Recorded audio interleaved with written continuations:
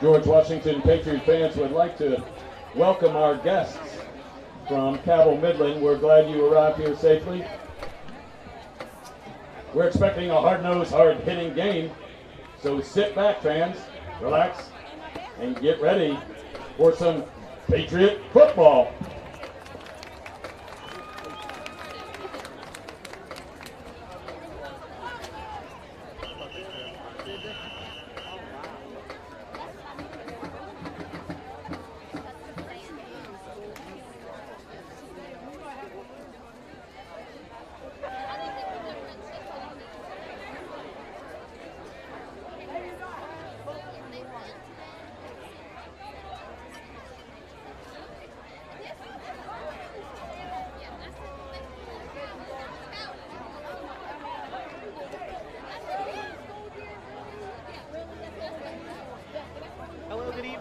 Welcome to George Washington High School here in Charleston, West Virginia for week 1 of high school football action in the Mountain State.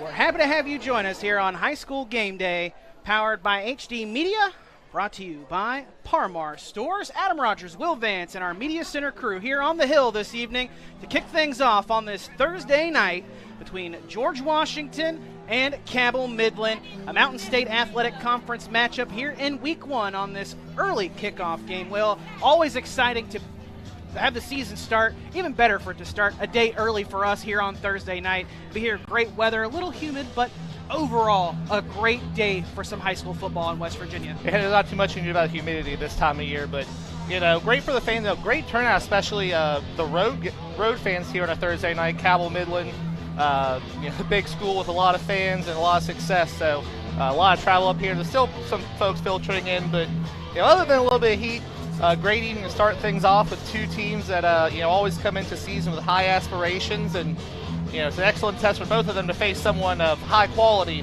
first weekend. Both of these teams falling short of their ultimate goal last year, winning a state championship. That honor went to Martinsburg once again. Cabell Midland came up short in the semifinals. GW made it to the quarterfinals, falling to the number 1 seed Huntington High last season in that final matchup. So both of these teams, little refresh for both of them because a lot of faces gone from last season. You look at Cabell Midland, the visitors coming into tonight, top 3 rushers gone from last season. So a whole new backfield for Cabell Midland to work with. But the big thing is quarterback Ryan Wolf back for another year. And Coach Salmon says this is the first time in quite a while he's had another signal caller return for him. Yeah, that's huge. I mean, when we were talking to him, he kind of struggled to remember if there had ever been a situation where he had back-to-back. He says Wolf's made a lot of improvements over the offseason. It's a team that can run and that loves to run. And Wolf had almost 900 yards rushing last year, but can also get things done on the ground too. Obviously, Calman's a big ground and pound team, but might see a couple throws in there from a veteran quarterback, maybe a little more comfortable with that. going forward in this season as opposed to seasons prior. Yeah, having another year in the system in the off-season that Cabell Midland runs, that weight program that the Knights do, really gets a lot of kids in there active in the weight room in the off-season. And if Ryan Wolf has been able to take advantage of that and just the off-season workout of playing, running the drills with his teammates and getting in the sync of it again and having that extra year running it is beneficial. And like Coach Sammons talked about too with this team, it's a lot of guys know the system at this point. He's been able to do plug and play. This isn't the first time he's lost the top 2 or 3 rushers or top 2 or 3 players from his teams years prior. He's had to constantly fill in, but because of the system they run, it's a lot easier seemingly to fill in for the Knights. It's a lot of hard work to get there, but it seems easier. And while he has, 3 or 4 guys he mentioned that are definitely going to see action, he had 9 guys he named off that he believed could be efficient in the backfield, including freshmen. So, just a reload after reload for Cabell Midland doesn't seem to matter because, like you said, that system's so good, the players buy in, the coaches buy in. They're not going to change what they do depending on their opponent, really. A lot of teams like to say we only worry about ourselves. Cabell Midland, probably more so than any other team in the region, really lives that motto. Now let's talk about the home team for tonight, the George Washington Patriots, as we're about 5 minutes or so until kickoff here between the Knights and the Patriots. GW, again, as we mentioned, lost in the quarterfinal round last year to number 1 Huntington in the 1-8 matchup. GW did a great job making a push late in the season to get into the top half of that bracket to even host a playoff game in the first round, which it won, and then ultimately went to Huntington and fell. But for that team to be able to rally the way it did at the end has got to be a nice thing for Coach Edwards to see coming back for this season with Abe Fenwick back as starting quarterback, knowing that they've got a couple of games playoff experience for guys that are going to be playing here this evening. Yeah, like I mentioned a little bit, these are teams with high expectation. Both these teams expect to be top half of that playoff bracket when it comes time for the playoffs. So, having that experience, obviously, massive for GW. Kind of a younger team, I believe 22 freshmen on this squad. So, that playoff experience becomes even more valuable when you don't have so many guys. We have such a young team, but also we're talking about how big it was to bring Wolf back for Cabell Midland. Gabe Fenwick, that it seems like at least in the early season, this team could really go as far as his arm can take him. Came out last year. Look great. GW probably throws the ball around as much as any team in the MSAC. Really loves to do that, but today it's got to be more of a balanced attack to take on this ball control offense. Yeah, Scott Tinsley, the offensive coordinator for GW, does love to throw the football around, but you're right, he is going to have to find that balance with the rushing attack this evening because of the ability that Cabell Midland has to stay out on the field for 6-7 minutes at a time and just eat clock up while scoring points and keeping your offense off the field. GW has to be able to do that almost to an effect to Cabell Midland tonight if it hopes to really have a shot at coming away with this win. Yeah, definitely need to try to get that running game from GW, but again, you got to stay with what you know. You have a veteran quarterback, you got a handful of really good receivers. An offensive line that Coach Edwards was talking about was he's very confident in. So GW's got to stick to their identity while still being able to combat that unique combination of elements that really make Cabell Midland able to really take over games that we've seen ever since Coach Sammons showed up. Again, Adam Rogers, Will Vance getting you set here on the hill for George Washington and Cabell Midland. A nice crowd filling in here this evening at Steve Edwards Senior Field. I was starting to think about Marshall there for a second. Getting ahead of myself a longer a week. Before that. Yeah, a week ahead of schedule there for thinking about Marshall football. But here at Steve Edwards Senior Field, nice student section crowd on hand as the Cabell Midland Knights make their way over from the far side over to the far sideline. Again, a nice supporter section over there on the far side of the field for the Cabell Midland Knights. That is definitely one thing that Cabell Midland does, is travel well, no matter what night it is. As, again, we get ready for kickoff before tonight's contest. We want to thank our sponsors, Parmar, for bringing you our game of the week this evening here on High School Game Day. Also want to thank Frontier Communications for providing our broadcast this evening for our Media Center crew. Much appreciation for them. Also want to thank Our other sponsors, West Virginia Coal Association, and still Coal keeps the lights on. Mullins Plumbing and Heating, a proud partner of Gameday. Contact us today for a free consultation. And Martin Transport, join the team of highly skilled CDL drivers for the best pay and benefits.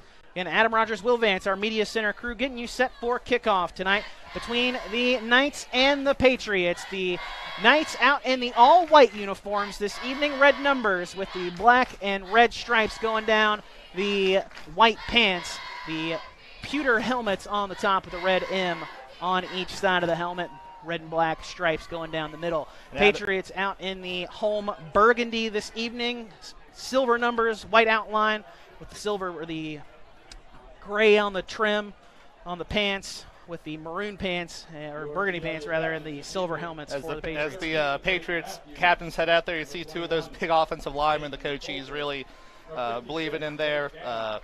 Lath Ganem, just a huge part of this team, offense and defense, and Isaiah Ayers. So, a lot of size up front for the Patriots, and that's rarely a bad thing. Number 48, Isaiah Hagley. Out there for GW with Ayers and Ganem. You've got Clay Matthews, the senior linebacker, running back, and Peyton Coulter, the senior linebacker. For the Knights, you've got Dalton Wolf, senior quarterback. We'll play some secondary as well for the Knights. Also out there, their center, Ethan Bills, the senior.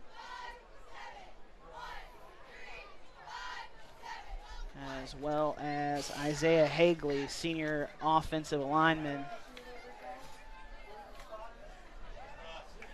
As we await the results of the kickoff, also Ryan will,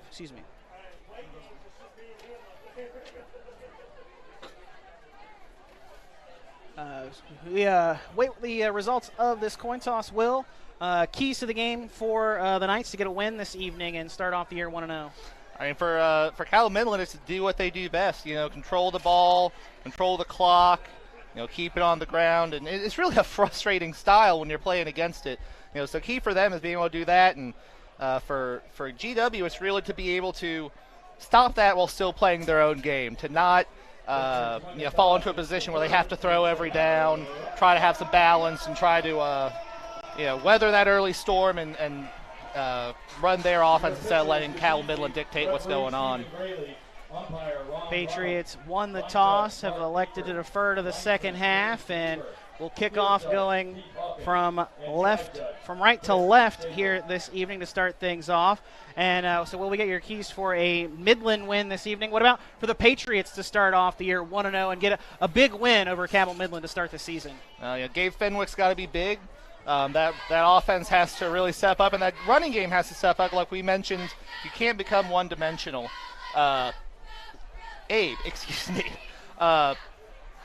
Fenwick's play, coming in with experience and the trust of this offense will really be big in trying to take down the Knights. Before we get things started here again on the Hill, we want to thank some of our other sponsors for our broadcast this evening. Kolaski Orthodontics, Gateway Mortgage, Improve Physical Therapy, Woody Hill Attorneys, and Harris Brother Roofing. Much, and many thanks to our sponsors allowing us to bring you these games each and every week as we get ready to put boot to ball and start the 2022 high school football season in West Virginia. One of just a handful of games here kicking off across the Mountain State on Thursday night in Week 1. Rylan Moorhead will get set to kick off for the Patriots. Finding where he wants to spot it up from on the 40-yard line. Was going to the middle, came to the near side hash, and then decided, you know what, we're going to go over to the far side hash and kick off from there. Back to return for the Knights are Gavin Abraham and Alex Smith. Excuse me, I had the wrong roster there. Jaden Branch back to receive with Alex Smith. Moorhead's kick bounces and rolls out of bounds at the 20-yard line. So an illegal procedure to start things off for GW. And that'll give Cabell Midland good starting field position to begin this opening drive of the 2022 season. And that's the exact opposite of what you want to have happen there, Will. Yeah, not the way you want to start off on special teams. Cabell Midland's offense doesn't need any favors, but good early test for that GW defense. Getting that. May notice some smoke filling your screen as we had some smoke bombs go off One of in them the ended up student section. Yeah, one ended up on the field. Mari Phillips throwing that back over from the Patriots sideline. Knights come out in a spread offensive formation to start off. Vice principals don't look thrilled about the smoke, but oh well. Under center, trying to draw the Patriots offside. And a flag comes in. And I believe that was Peyton Coulter standing over top. Actually, they're going to call a false start on the Knights. So Peyton Coulter was the man standing over top of the ball that made the offensive lineman jump. Yeah, I think it was Bills there who made just a slight false move there. So that'll bring up 1st and 15 now for the Knights from their own 30 after they started at the 35 due to the illegal procedure on the kickoff attempt.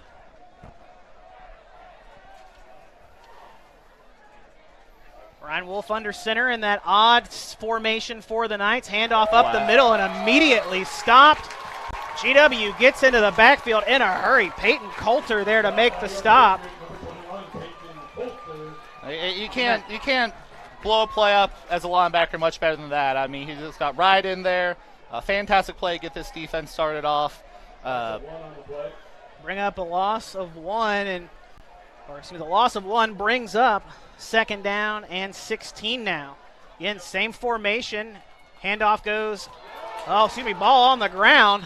Thought the handoff went up the middle, but the Knights able to jump back on top of it. Alex Smith dives on top of the football and secures the possession for Cabell Midland. That does bring up 3rd down, though. It's 3rd and 11 after a gain of 5.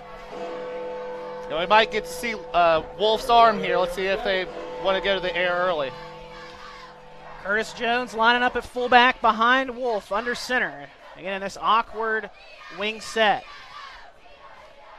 Wolf going to check out for a second. Knight's going to reset here. 3rd and 11. Wolf tosses out on a jet sweep to Smith, and Smith is met immediately. Keegan Sack does a great job flying in from his cornerback spot to meet him in the backfield and stop him for a loss. That was a big loss right there, about 5. Drops him back to the 29-yard line, a 5-yard loss. Very impressive opening drive from this Patriot defense, not letting that running game going at all. So now Wolf will punt, takes a low snap, gets it off cleanly, a high punt, takes a Midland bounce in front of the 35, and then will be down at the 35 by the Knights. And that's where GW will start with the football for its opening drive of 2022. Apologize if you hear me cough, folks. The smoke made its way here into the booth. So Patriot offense out on the field for the first time tonight, much to the delight of the student section. Doing push-ups on the boogie board over here to our left. Looks like that's some type of tropical theme this week. Hopefully the tropical vibes play in favor of the Patriots here. At least that's what the Patriot pack is hoping. Snap comes back to Fenwick, and before the play gets off, it's blown dead. We're going to have offside on Cabell Midland, so GW will march 5 yards forward. And that will bring up 1st and 5 now, as they officially marked the ball on the punt being down at the 36. So it's 1st and 5 now from the 41 of GW in the middle of the field. And this beautiful turf here at George Washington High School, just a couple of years into having this turf here on the hill. Fenwick turns, hands off to the tailback. And after getting back to the line of scrimmage, Anthony Valentine is stopped quickly by that Cabell Midland defense.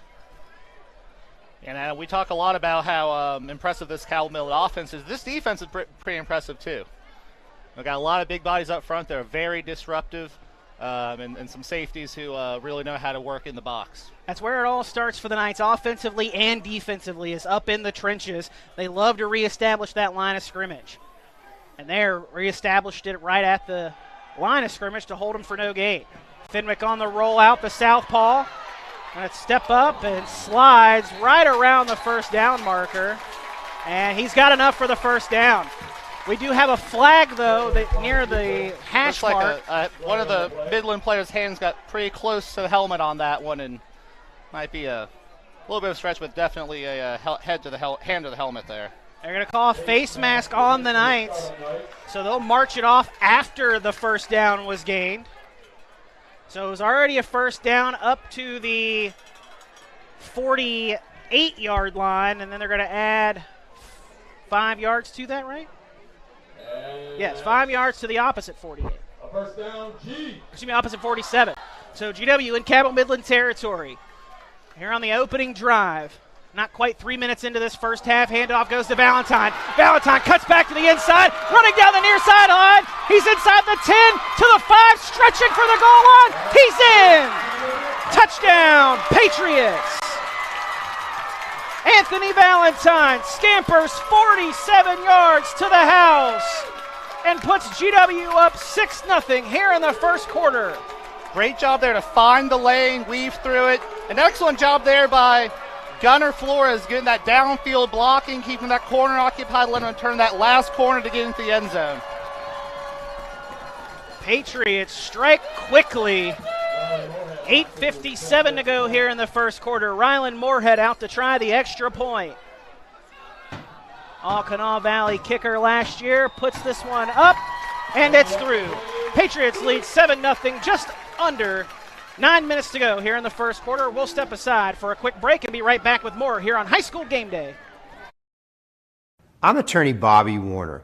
Congress recently created a fund to compensate victims of Camp Lejeune who were exposed to toxic waters between 1953 and 1987. If you or a loved one were diagnosed with cancer or other health issues related to toxic water exposure at Camp Lejeune, call today for a free case evaluation. Bobby Warner, now's the time. Call 345-678-9. Time for a Labor Day tents event. This is our biggest event ever with the most cards and the most offers. We've got 4 locations of inventory. Not only are we selling at our main lots, but we've got tents at the Kanawha and the Old Sport Mart Plaza. Every test drive is a chance to win $1,000. Buy a car and get your choice of $1,000 cash, no payments until 2023, 250 gallons of gas, or take a bigger discount. With the best trade-in figures powered by Kelly Blue Book Instant Cash Offer, you can get the best deals of the year. Go to TopJ4.com and see for yourself. Back here at George Washington High School on the Hill in Charleston, West Virginia. Adam Rogers, Will Vance, our Media Center crew. Happy to have you with us here on High School Game Day, powered by HD Media. Brought to you this evening by Parmar Stores. Proud to have you with us here this evening as the ball was placed on its side. Wobbler down the near sideline, scooped up by Smith around the 20-yard line. The blindside block's going to draw a flag. Smith running up the far sideline. Another flag in the middle of the field. Ball's punched out over on the far sideline. It should stay with the Knights over there, but again, at least with now 3 flags seeing on the field here. Just from how they were thrown, I think there were 2 fouls. Can't tell who they were both on, though. Got an illegal block in the back against the Knights. Oh. Okay, all 3 are for the same foul, I guess. And they're going to spot that back inside the 25-yard line, and they'll mark it off from there. A lot of unforced errors so far here by Cabell Midland early on. Maybe it's those, early season jitters on the road, but definitely a little bit sloppy here for the Knights so far. So they march it off down inside the 15 and spot it at the 14. A 10-yard 10-yard penalty there. If you can't tell, we're getting back into the swing of things just like the players are, folks. Well, shaking off the rusts this evening, kicking the tires. At least they get scrimmages. Wolf under center, keeps it himself, coming near side, and he is quickly met by the Patriot defense. Valentine wraps him up and makes the initial contact. And now we've got a flag coming in late here after the play's over. Wait to see what this is.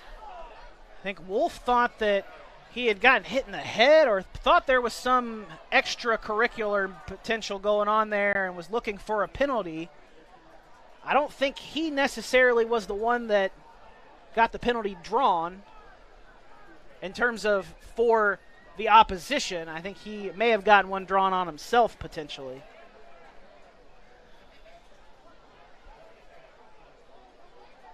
And I just saw the referee mouth unsportsmanlike, and yeah, that's exactly what it is. Going to be an unsportsmanlike conduct against the Knights. Back them up even further into their own territory. Down inside the 10. Down to the 9, I believe. Yeah, down to the 9.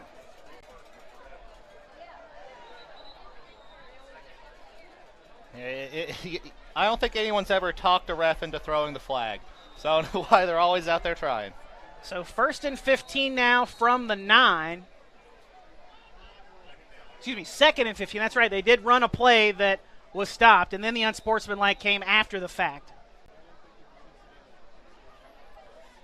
So 2nd and forever, basically, for the Knights.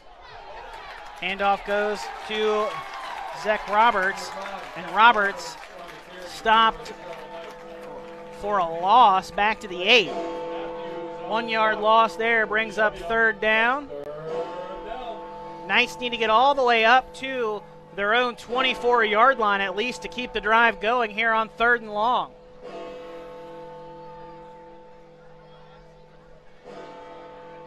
As you can see, the Patriot pack strong in front of our cameraman, Dan Shreve, supporting their GW Patriots this evening.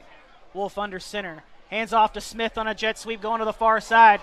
Met at the goal line initially, kept his legs moving. Crossed the line of scrimmage, back to the original line of scrimmage. But he is stopped at about the 15-yard line. Give him 7 yards, but he needed much more than that to pick up the 1st down. Give it, 7, make it 4th and a long 9. That's 4th and 9.5 pretty much. And two straight 3-and-outs with a lot of penalties going on. Good job by the GW defense of really making a statement early and setting a tone. So Wolf now standing back long, waiting the long snap to punt. Fields it cleanly again. A nice high punt. Can he get a Midland bounce? No, he does not. A GW bounce comes. It's down at the Midland 44-yard line again. Patriots with pretty good field, or this time with great field position. The last time had it at their own 35. This time have it at the Knights 44. Couldn't have asked for that to go any better if you were head coach Steve Edwards for the Patriots. Now can GW cash in on this? 2nd drive of the quarter for the Patriots. 6:50 to go here in this 1st quarter. GW leading 7-0 here in the first game of 2022 season. Fenwick in the offset shotgun. Hands off to Valentine. Valentine cuts left, comes back up the middle, and he'll be stopped short of the 40-yard line. Give him 3 yards to the 41. Gain of 3 on the play. The big boys in the trenches for the Patriots, moving the line there, allowing Valentine to make that cutback to the left. Valentine already with 50 yards on the ground. Great start for this GW rushing game. Broke off that 47-yard touchdown run to open the scoring earlier in this quarter. He splits out wide, now comes in motion. Now they're going to toss it underneath to Keegan Sack. Sack makes one man miss inside the 40, keeps his legs moving, and he'll pick up a couple extra yards there. Interesting play design there for the Patriots. Fake the jet sweep and then make the toss out to Sack there out in the flat. I think we might see that one again. 3rd down and 4 for the Patriots after another 3-yard pickup. Fenwick in the shotgun has Clay Matthews to his right offset. Fenwick looking over to Scott Tinsley, the offensive coordinator, to check the play call. third down snap comes back to Fenwick, dropping back to pass, airing it out deep down the near sideline, looking for Sack. Sack goes up and Moss is the defender. Keegan Sack goes around the defender to come back to the football and then cuts his way to the end zone. Touchdown, Patriots. A 38-yard touchdown pass from Abe Fenwick to Keegan Sack puts the Patriots on top 13-0 with 5:22 to go in the first quarter. Excellent job there by Sack of going up and getting the ball, not waiting for it to come to him, using his body. Great play all around. This GW offense is humming early on. That right there, folks, may be already it's an early candidate for our Kroger play of the game.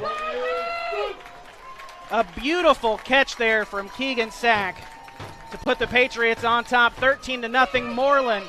Moorhead makes it 14-0 as he puts the extra point through. 5:22 to go. Patriots lead 14-0. Adam, neither team has run more than 3 plays in a drive so far. For Cabell Midland, it was 2 3-and-outs.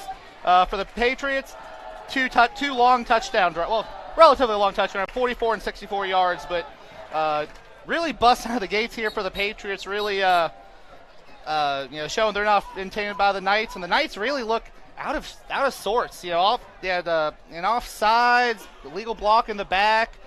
Wolf got in trouble for talk a little smack out there. Not a lot of energy over there on the Cabell Midland sideline either. So plenty of time, but nice to try to right this ship. The Knights have come back from a deficit like this before. They are no strangers to this. Luke Salmons is one of the elite coaches here in the state of West Virginia. So expect him to have something developing over on that far sideline. If you're just joining us, Patriots lead 14-0 over the Knights of Cabell Midland. Adam Rogers, Will Vance, our Media Center crew, happy to have you here with us on High School Game Day, brought to you by Parmar Stores, our Thursday game of the week. Also want to thank Frontier Communications for providing us our broadcast ability with Media Center this evening as Ryland Moorhead gets set to boot it away once again for the Patriots. This time a more conventional style of teeing up the ball, but a short kick. It's going to be fair caught inside the 30. So the Knights will start off at their own 29-yard line now on their third drive of this first quarter. And looking for a much better result. Again, as Will mentioned just a few moments ago, consecutive 3-and-outs to start this game for the Cabell Midland Knights. But again, a Knights team that's still trying to feel its way out. Lost its top 3 rushers from last season, all 3 1,000-yard running backs. Wolf under center, a more conventional style offensive setup. Pitch into the backfield to Smith, and he is met deep in the backfield. Patriots do an extremely good job of extending that line of scrimmage. They said, you want to run out wide? Okay, we'll let you run out wide and keep pushing you back until we bring you down for a loss of, I believe that's 9? Yeah, 9 yards. That team speed on this defense for GW is really giving Cabell Midland a hard time. They are not being able to find that corner. They've tried at least 3 times, just cannot get it. This is a GW team that last year lost to Cabell Midland 35-7. And the Knights exposed GW's slowness, you could say, on the outside compared to their relative speed. So far, it's GW's outside speed that is being used to the advantage. As we see a nice run there on 2nd and 19. 14-yard gain there.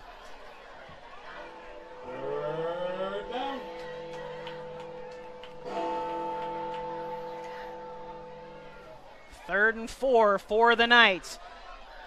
And they finally extend a drive here on another third down.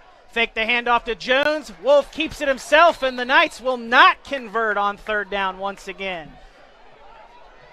Wolf tried to roll up on a quarterback ISO following the fake man, Curtis Jones. He does pick up a couple of yards, but is still about 2 yards shy. And as of right now, Luke Salmons is going to go for it, and this is trademark Luke Salmons. If he feels like he's in a position to be able to convert on 4th and short, he will go for it. And GW had starting position here on their last drive, so it's no worse than they've been able to start so far.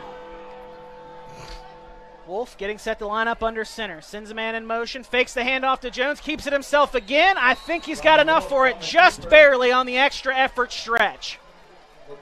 Yes, he does. Just with the extra stretch of the body across that plane, gets up to the 40-yard line and converts for a first down. Finally, it's a little bit of good news for the Knights on offense. Finally be able to get that sometimes elusive first down. Man comes in motion, and the play is blown dead on what was supposed to be a handoff up the middle to Curtis Jones, and this will probably be going backward. Yep. Yeah, gonna go march him back 5 more yards. And just, again, one of the last things you want to have, you finally convert on a third down, pick up a first down to keep the drive alive, and then the first play immediately after that, you go backward. Yeah, Adam, I wish I'd been recording penalty yards because I would not be shocked if they have more penalty yards negatively than they have offensive yards right now. I'm sure they do at this point. Timmy Stevens, our man next to us, nodding his head, keeping track along the way. You can read his full recap of tonight's game later on this evening and tomorrow in the Herald-Dispatch and Charleston Gazette-Mail newspapers and online. Handoff goes up the middle here on 1st and 15 to Curtis Jones. Jones has a nice carry there on first down. Crosses the original line of scrimmage and makes his way up to the 43-yard line. Real physical run there. Didn't go down without a fight. 2nd and 6 now after a 9-yard pickup. And now a flag coming in over from the far sideline. A sideline warning against the Knights. Sometimes that can be a problem when you got so many bodies over on the far side of the field. There's just not enough space inside that player's box. But there's somebody got to be yelling, get back, get back.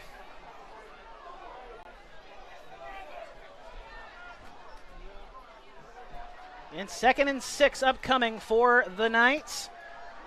Wolf ran back over from the far sideline with the play call from Luke Sammons. Split out wide, Caden Bowen, the split end out to the far side of the field. Wolf keeps it himself, and he'll be brought down after a short gain, tackled from behind by Laith Ganem, one of those big defensive linemen for the Patriots.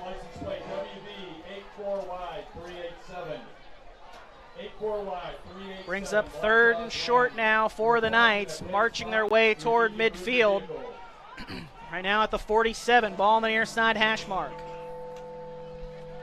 Sun starting to set here in Charleston. The lights are on here at Steve Edwards Senior Field. Man in motion, Patriots jump offside. Peyton Coulter with the neutral zone infraction there, and there's a free first down for the Knights.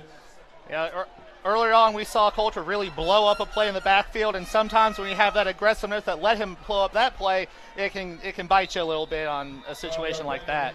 So for the first time here in the first quarter, the Cabell Midland Knights enter Patriot territory. Just over a minute to go here in this opening quarter. Patriots leading 14-0. After 2 3-and-outs to start the game, the Knights finally with some momentum here offensively on their third drive. And as this first down play gets ready to begin, before it can fully even develop, it's blown dead. And I believe we're going to have a false start on the Knights. And yes, we will. Back them up 5 more yards.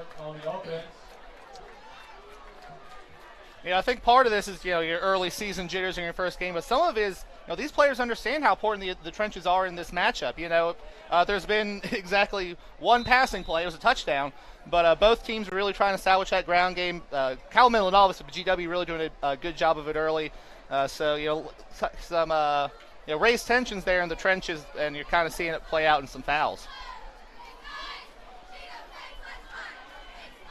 Now 40 yards in penalties for the Knights here in this first quarter. Smith on a cutback to the far side. Comes back near side now as he crossed midfield and gets down inside the 45. Stopped shy of the 40 at the 42. Nice pickup there. They did a great job of finding that lane, playing that foot, and cutting upfield for a 9-yard gain. 2nd and short now for the Knights. And before this play gets off, that's the end of the first quarter. So 1 quarter in the books. Patriots lead 14-0 here over the Knights. Adam Rogers, Will Vance, and our Media Center crew, happy to have you with us here on High School Game Day, brought to you by Par-Mar Stores on our Thursday game of the week. We'll step aside for a quick break and then be back with more right after this. We know who we are, where we have been, and where we are going. Healthcare is ever-changing, and we are evolving to meet the future needs of our community. Thomas Health is honored to announce our affiliation with the WVU Health System.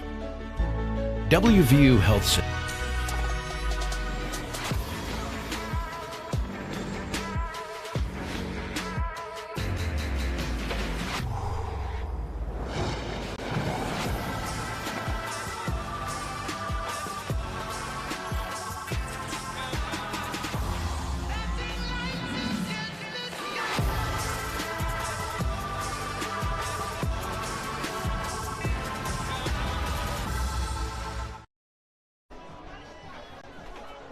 We'll flip into the field, reset the game clock, and get ready to start quarter number 2 here on the Hill in our High School Game Day Thursday game of the week, brought to you by Par-Mar Stores. Adam Rogers, Will Vance, and our Media Center crew, happy to have you along with us here this evening. Wolf under center, fakes the handoff to Jones, keeps it himself, fighting his way out of a tackle, still on his feet inside the 30, and finally down inside the 30 to the 27-yard line. A 15-yard run there for Ryan Wolf. Wolf up to 27 yards on 5 carries, and that's the type of run that'll really light a fire on your team. He fought for every one of those yards, looked like he could have gone down way before he ended up doing it. And that's something that Salmon's pointed out to us, is that he's a bigger guy. He wants to lower his shoulders. He's not just a quarterback. He's not just a finesse guy. But he'll drop the shoulder for a few yards. We saw that just now. Owen Wolf, proven runner last year. About 900 yards rushing last season for the Knights at quarterback. Hands off up the middle to Jones, the fullback. Jones fighting his way down inside the 25, and he stopped a yard shy of the 20 at the 21-yard line. Give him 6 yards on that carry, bring up 2nd down and 4. Wow, long 4.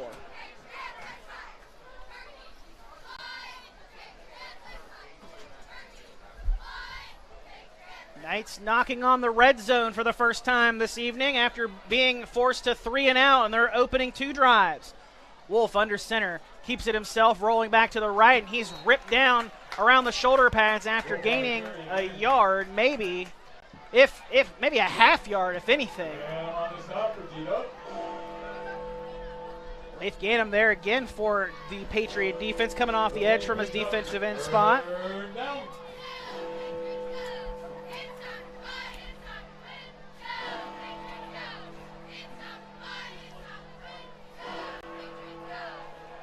Another 3rd down for the Knights. Can they convert as they have so far on all their attempts, except for one here on this drive? Sprint out to the outside, and we're going to have a face mask come in against GW. Saw Zach Roberts' helmet turn when he was over on the far side. And he did have enough for the first down on the run anyway. But now this will just tack extra yardage onto it after the fact. It was very plain to see Roberts' head get turned around and not naturally turned around. And there it is, the face mask on the Patriots. So they'll mark off the extra yardage. Face mask is a call against GW. And then they'll spot the football at the 7-yard line. So 1st and goal now for the Knights. Trying to strike the scoreboard for the first time this evening. Wolf under center, sends Smith in motion, hands off to the fullback Jones. Jones lowers his shoulder and barrels his way into the end zone.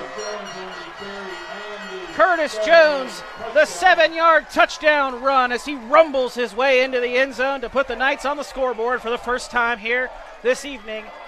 10:08 to go in this 2nd quarter. Now, after struggling to get a first down the first 2 drives, put together several there, drove 71 yards for that touchdown, and capped it off with the classic big guy up the middle. Now Olivia Charles, the senior, comes out for the extra point. And she puts it up through the uprights, and it's good. Charles also on the Cabell Midland girls soccer team. Been playing with the football team, though, for the last couple years as their kicker. So the Knights on the scoreboard now, trails 14-7, 10:08 to go here in the second quarter. We'll step aside for another quick break and be back with more high school game day right after this.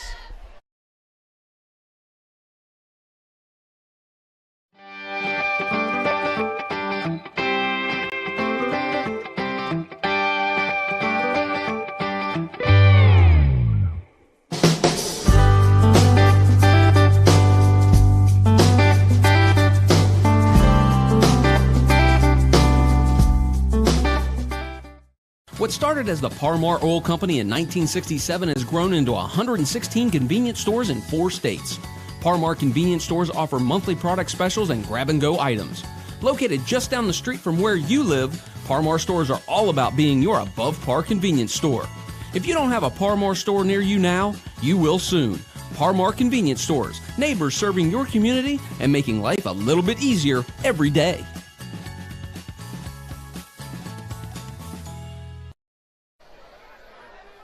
Back here on our Parmar Stores Thursday game of the week here on High School Game Day. Adam Rogers, Will Vance, happy to have you along with us here in our Media Center crew, which we're thankful to be provided with thanks to our sponsor, Frontier Communications. Much appreciated. Don't forget, we'll have our Kroger Play of the Game coming up later on this evening in the fourth quarter. Already a couple of good nominations for Play of the Game. Or excuse me, Player of the Game. Couple of good nominations for Player of the Game, too, with some of those big plays we've had already. As we get the kickoff set up for Tony Hornbuckle. Gets the go-ahead, and he will put boot to ball and send this one away end over end. Caught at the 11 on the near side. Nice return there by Hayden Hatfield. He's up across the 25, and he's stopped at the 27. So not nearly as good as they've had it to start the possession, but still 27-yard line, a pretty good return there after 16 yards on the run back from Hatfield. And that was by far the best kickoff Cabell has had so far, and good job by Hatfield to make that first man miss and make it into a pretty decent return, and very doable here for the Patriots, looking to score for the third time. So out come the Patriot offense. Fenwick in a double-barrel shotgun. Sends a man in motion. That's Valentine. Handoff goes to Sack. Sack with some patience, waiting for that hole to open up. And he is dropped after maybe a yard gain, maybe 2, depending on where they spot the football. He definitely showed patience as a runner, but you know, all the patience in the world just can't save you if the defense has the play figured out. So, you know, great job there by Midland of stringing it out and making them take a hole that wasn't there. 2nd and 9. Patriots almost draw the Knights offside, but they hold their water enough to stay in position. UW checks it at the line of scrimmage. Fenwick now takes the shotgun snap, drops back to pass, looking across the middle of the field, throws it to Hayden Hatfield, complete at the 39. Hatfield up across the 45, and he's finally dragged down from behind at the 48-yard line. A nice pitch and catch there from Fenwick to Hatfield. The quarterback, Fenwick, connects to number 10, Hayden Hatfield. 21-yard pass play there. Patriots right around midfield. 17-yard on the reception, and that's the first down team. Double barrel shotgun again for the Patriots. Bit of a heavy set, though, there along the line. Kyle Matthews standing just off the line behind the left guard. Handoff goes up the middle to Valentine off the left side. Valentine picks up 2 yards as he gets right to midfield at the 50-yard line. Now the Patriots going to go from their heavy set to more of a traditional spread here as 2 receivers come out, and out come 2 big backs.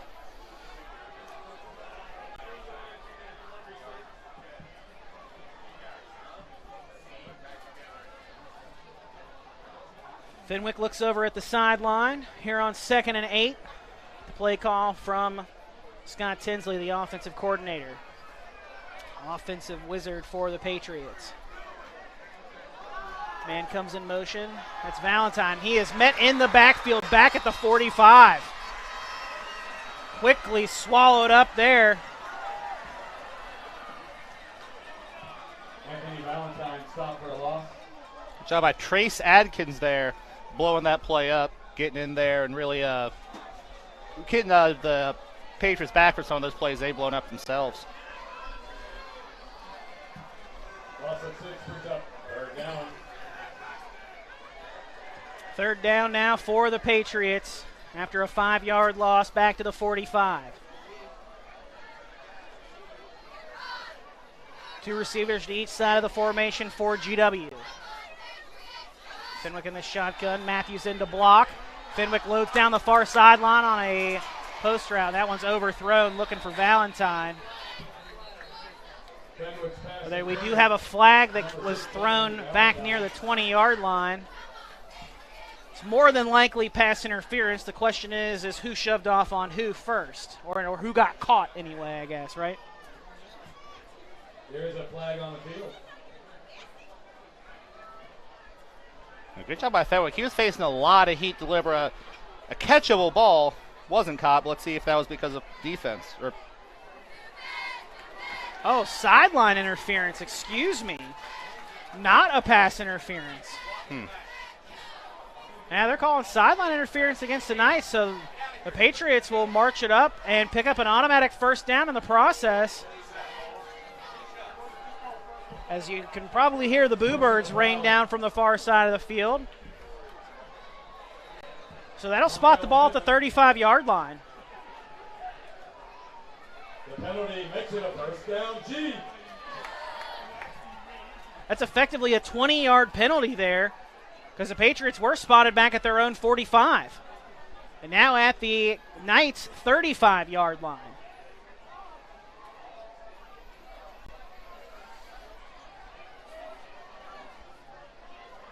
Fenwick in the shotgun. As Matthews off center, or offset to his right.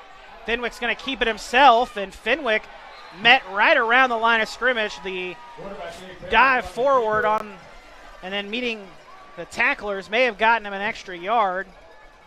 As, yeah, they'll give him down to the 34. And also seeing there Landon Nida coming up a little hobbled there after making the tackle for the Knights. You can tell he's in a little bit of pain. He's staying out on the field for right now, though. Going to try to play through it. He looked back and said, I'm fine. So staying out there, sliding down into the box. Like we said, safeties play real low in the box for Cabell Midland. 2nd and 9. Fenwick drops back to pass again. Under some heavy duress, evades some pressure. Going to roll out and just dumps it out of bounds. Fortunately for him, he was outside the tackle box, and there was a receiver in the vicinity, so he avoids an intentional grounding call. A good job away from that pressure. At least 3 Knights had a good shot at him, was wriggle away and get rid of it just in time before they tripped him up by the ankle. Third down. So now on 3rd and 9, the Patriots going to spread it out a little bit here. Nobody set in the backfield as of right now. 2 receivers out to the far side, Anthony Valentine and Hunter Giacomo. 3 receivers come to the near side. That's Keegan Sack, Hayden Hatfield, and Gunnar Flores. Flores, the inside man on the trips. Fenwick drops back to pass. A screen out to the far side to Valentine that's blown up immediately. Yeah, a little bit too high there. Quickly in there to make the stop for the Knights is Nick Giampaolo. Great read there by Giampaolo to see that screen develop and blow it up for a loss of 2. Loss of 2 on the play, brings up a 4th down. So now GW forced to punt for the first time this evening. Going to try and pin the Knights back deep in their own territory. Rylan Moorhead awaits the long snap. Sidewinding kick, and Valentine's going to get to it.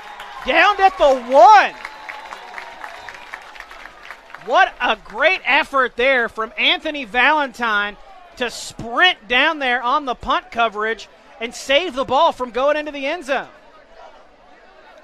An even better kick, too, from Moorhead. Yeah, I mean, it's real tough to make a punt come down like that, especially, we're looking at high school special teams. Great job to put it right where it needed to be and give us guys a chance to go down there and make a play on it. Excuse me, they're going to spot it at the 2. Correction, at the 2. Still a remarkable job by Anthony Valentine to get down there and stop that from going into the end zone for a touchback. So Knights backed up to their own goal line. Handoff goes to Roberts. Roberts breaks out of a couple tackles. He's out of another one across the 20, and he's finally brought down from behind as he crosses the 35. Literally a touchdown-saving tackle there from the Patriots secondary. Yeah, that's one way to get yourself out of the shadow of your own end zone. Great job there by fighting. Great job fighting through the tackles, and like you said, one tackle away from going to the house on that one. A 33-yard run there for Roberts. Sets the Knights up 1st and 10 from their own 35 now. Handoff goes to Jones, the man who scored the touchdown the last time the Knights were out on the field. Up across the 40. Up to the 40 and stopped there. 5-yard pickup there for the fullback Jones. May recognize Curtis Jones's name from around the tri-state. Former Huntington High School player now with the Cabell Midland Knights. Just one of many players from around the area that have transferred to new schools this year.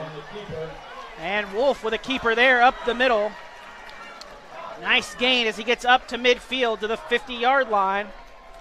3 plays, 48 yards. The Cabell Midland running game starting to get back on track, and we're seeing what we're a little more accustomed to out of them. GW pulling some bigger bodies off the field as well. Knights in their wing tee set. Smith comes in motion, and the play is blown dead, and this is either false start or an offside. More than likely a false start. Yeah. We've been wrong already, though. No, it is another false start. The penalties continuing to add up for the Knights, and this has been a problem over the last couple of years for Cabell Midland. The Knights have such a good offense that they seem at times a little too eager to get going, and then that puts them back. But then it's another 5 yards added to the drive summary at the end, pretty much. It seems like most of the time, anyway, for the Knights. 1st and 15 now from their own 45. Roberts trying to stretch it out wide to the far side of the field, still on his feet. Pyle still moving forward. Finally blown dead. Knights fans over on the far sideline looking for a flag after the pushing kept going there in that pile after the whistle was blown, but a 1-yard gain there net for Zach Roberts.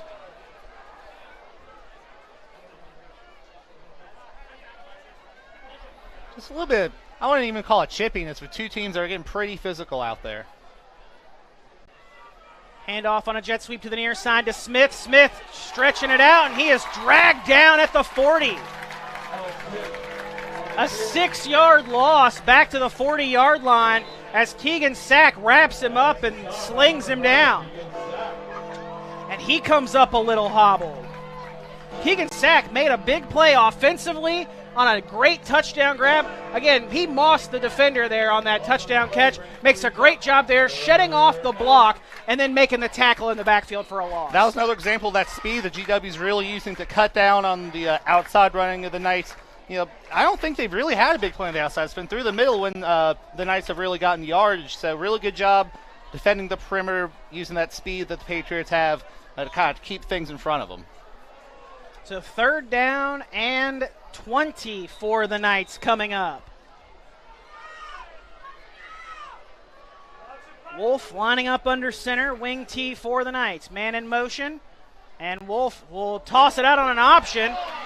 Breaking to the outside, but contained well before the first down there on that run was Ray Williams. One of many players that Luke Salmons feels can carry the football for him this year. Picked up 7, but that still just makes it 4th and 13. Offense out there anyway, though. Knights near midfield, going to try to go for it. maybe try to draw a penalty before deciding to punt. Do still have their 3 timeouts with 2:20 to go here in this first half.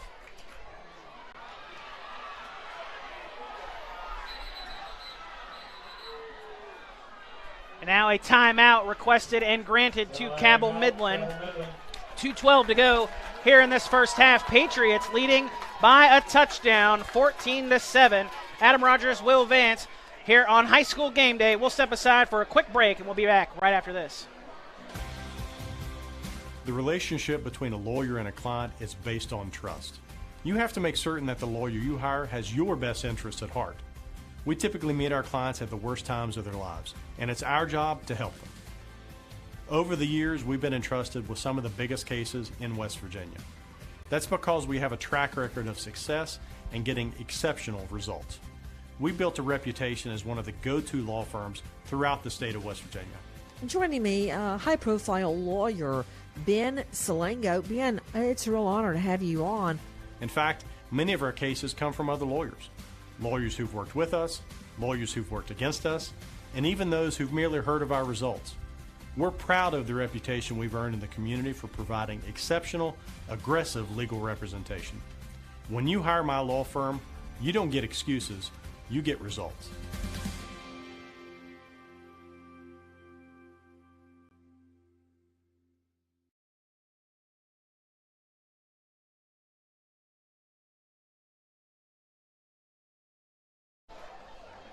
Back here at George Washington High School.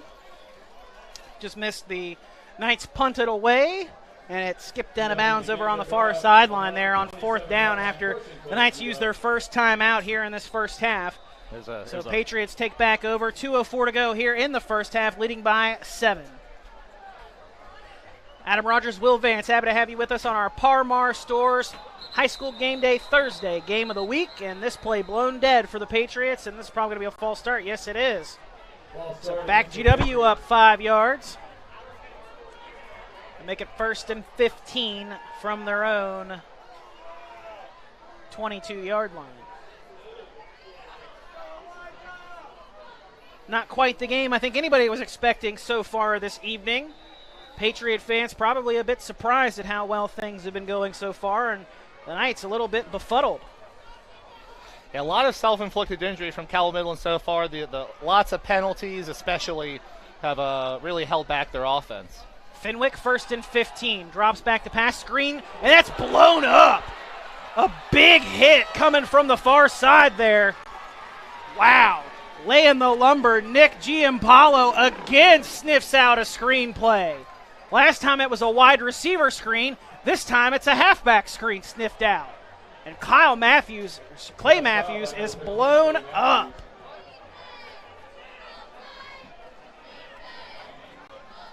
Two-yard loss on that hit by Giampalo. Talk about laying the boomstick.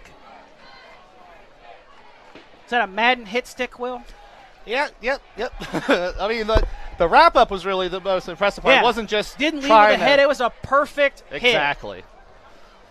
It wasn't just relying on the force. He had the wrap-up, too. Now Patriots going to burn one of their 3 timeouts with 1:11 to go here in the first half. We'll step aside for another quick break here before we end this first half of action for you. We're watching our Par-Mar Stores Thursday Game of the Week here on High School Game Day. We're back after this. At Dutch Miller Jeep of South Charleston, we continue to be the #1 Jeep dealer in the entire state of West Virginia. The reason? Friends and family pricing for everyone, which means you always get the best deal right up front. Don't see the vehicle you're looking for? Then ask about ordering the vehicle you want, the way you want it, faster, direct from the manufacturer.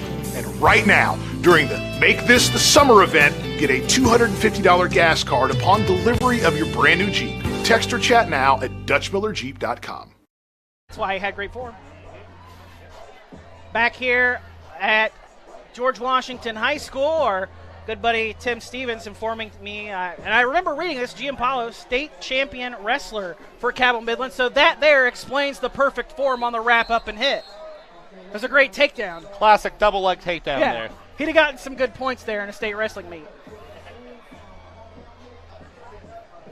Back here on the hill, Patriots taking the first of their 3 timeouts in the first half, leading by 7 as we get closer to halftime. Adam Rogers, Will Vance here in our Frontier Communications broadcast booth. Happy to have you with us and our media center crew this evening. 2nd and 17. Fenwick takes a low shotgun snap, hands it off to Matthews. Matthews is upended as he crosses the 20 and gets back those 2 yards that he lost when he got tackled on that screen play. And now a timeout. I'm trying to figure out who requested the timeout. It was a Midland timeout with 1:02 trying to stop the clock there. And while they take the timeout on the field, we'll take this opportunity to thank our sponsors for our broadcast this evening. Again, you're watching High School Game Day's Thursday Game of the Week, brought to you by Parmar Stores here on our High School Game Day, powered by HD Media on RSN Sports. Also, don't forget, coming up later on in the fourth quarter, we'll have our Kroger Player of the Game. A couple of good candidates already for that one. And again, we're calling thanks from our Frontier Communications broadcast booth. We also want to thank the West Virginia Coal Association. And still, coal keeps the stadium lights on. Mullins Plumbing and Heating, a proud partner of Game Day. Contact us today for a free consultation. Martin Transport, join the team of highly skilled CDL drivers for the best pay and benefits. We also want to thank our sponsors for GW for this game and for the entire season as well. We'll be here for all of GW's home games this year. I want to thank Kolaski Orthodontics, Gateway Mortgage, Improved Physical Therapy, Woody Hill Attorneys, and Harris Bros Roofing. 62 ticks on the clock left here in the first half. Patriots trying to stay out on the field, or at least trying to run some more time off that clock before handing things back over to the Knights. And now a GW timeout. So both teams left with one timeout here in this first half, and I guess you might as well take them. You can't take them back out of the locker room with you and get an extra in addition to the 3 in the second half. So while they talk it over some more, we'll step aside for a quick break and be back with more right after this here on High School Game Day.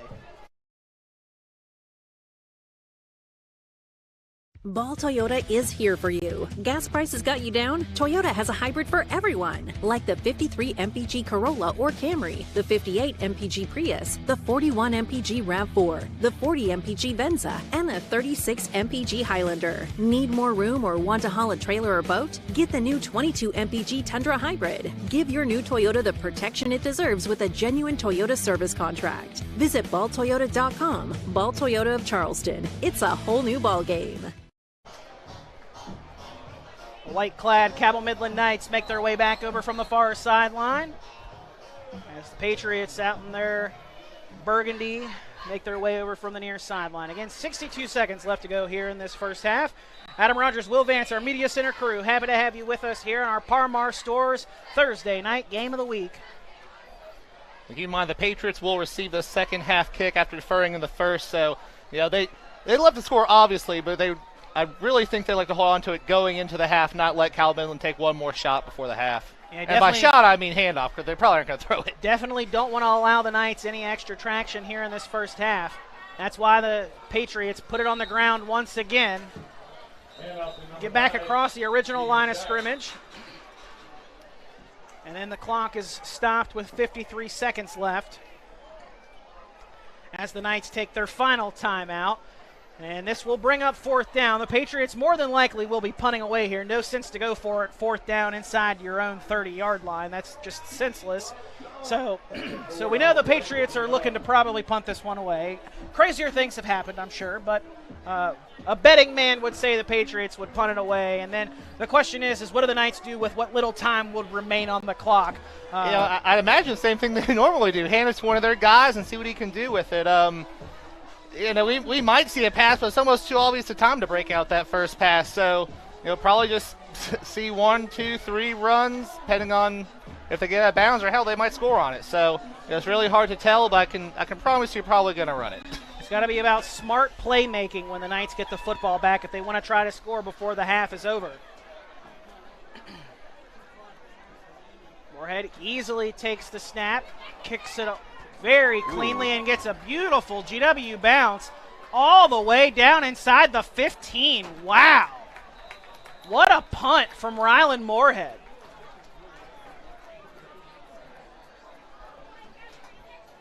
That was punted from the 23, correct?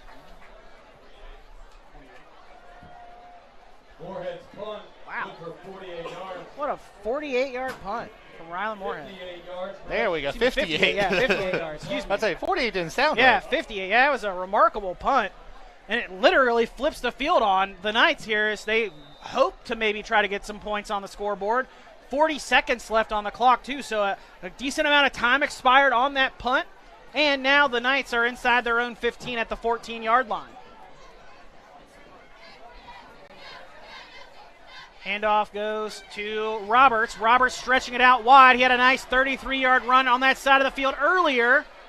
He is stopped around the first down marker, but I believe he was stopped in bounds. Football fans, get your tickets.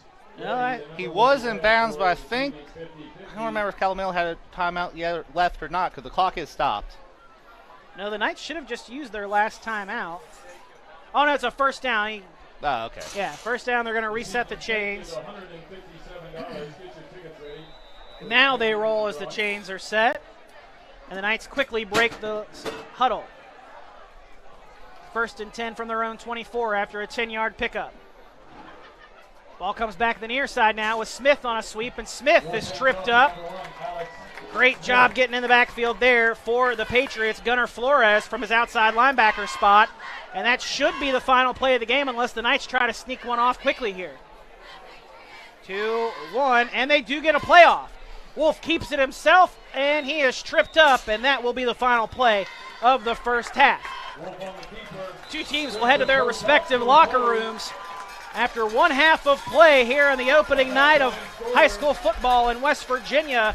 The Cabell Midland Knights 7, George Washington Patriots 14. We head to halftime. When we come back, we'll get you some initial reactions of this first half as well as some stats for both sides, and we'll look ahead to tomorrow. Some of those games coming up in week 1 across West Virginia high school football. You are watching the Parmar Stores High School Game Day Game of the Week here on Thursday night. We'll be right back with halftime right after this. I'm attorney Bobby Warner. Congress recently created a fund to compensate victims of Camp Lejeune who were exposed to toxic waters between 1953 and 1987. If you or a loved one were diagnosed with cancer or other health issues related to toxic water exposure at Camp Lejeune, call today for a free case evaluation. Bobby Warner, now's the time. Call 345-6789.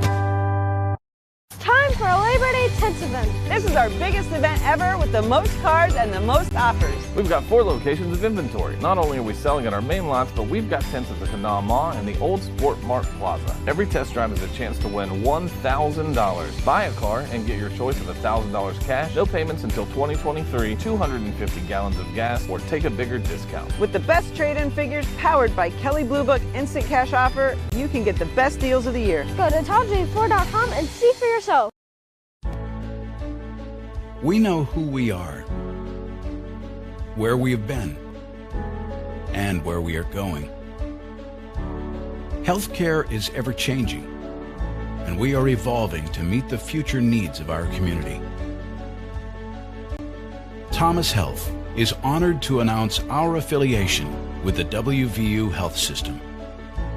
WVU Health System and its network of hospitals and physicians across West Virginia, Ohio, and Pennsylvania will allow Thomas Health to elevate and expand the current services we offer to this region. With broader access to specialists and subspecialists and the full support of the preeminent health system in our state, we look forward to being your first choice for medical care. Together, proudly serving our community and the state of West Virginia, today and tomorrow. Okay, Amy, are you going to pass or press your Dutch? I'm going to press my Dutch. No whammy, no whammy, no whammy. Stop! All right, Wes, your turn. Are you going to pass or press your Dutch? I'm gonna press my Dutch. No whammy, no whammy, no whammy. Stop. That's the grand prize!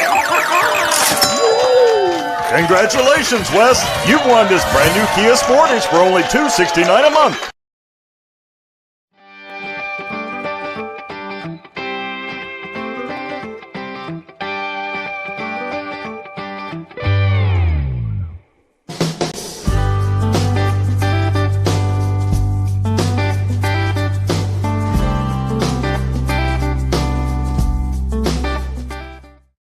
What started as the Parmar Oil Company in 1967 has grown into 116 convenience stores in 4 states.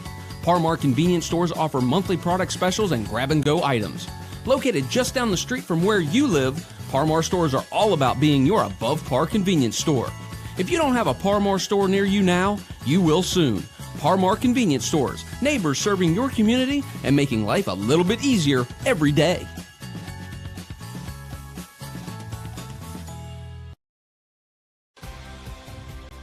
The relationship between a lawyer and a client is based on trust. You have to make certain that the lawyer you hire has your best interests at heart. We typically meet our clients at the worst times of their lives, and it's our job to help them. Over the years, we've been entrusted with some of the biggest cases in West Virginia. That's because we have a track record of success and getting exceptional results. We built a reputation as one of the go-to law firms throughout the state of West Virginia. Joining me, high-profile lawyer Ben Salango. Ben, it's a real honor to have you on. In fact, many of our cases come from other lawyers. Lawyers who've worked with us, lawyers who've worked against us, and even those who've merely heard of our results. We're proud of the reputation we've earned in the community for providing exceptional, aggressive legal representation. When you hire my law firm, you don't get excuses, you get results.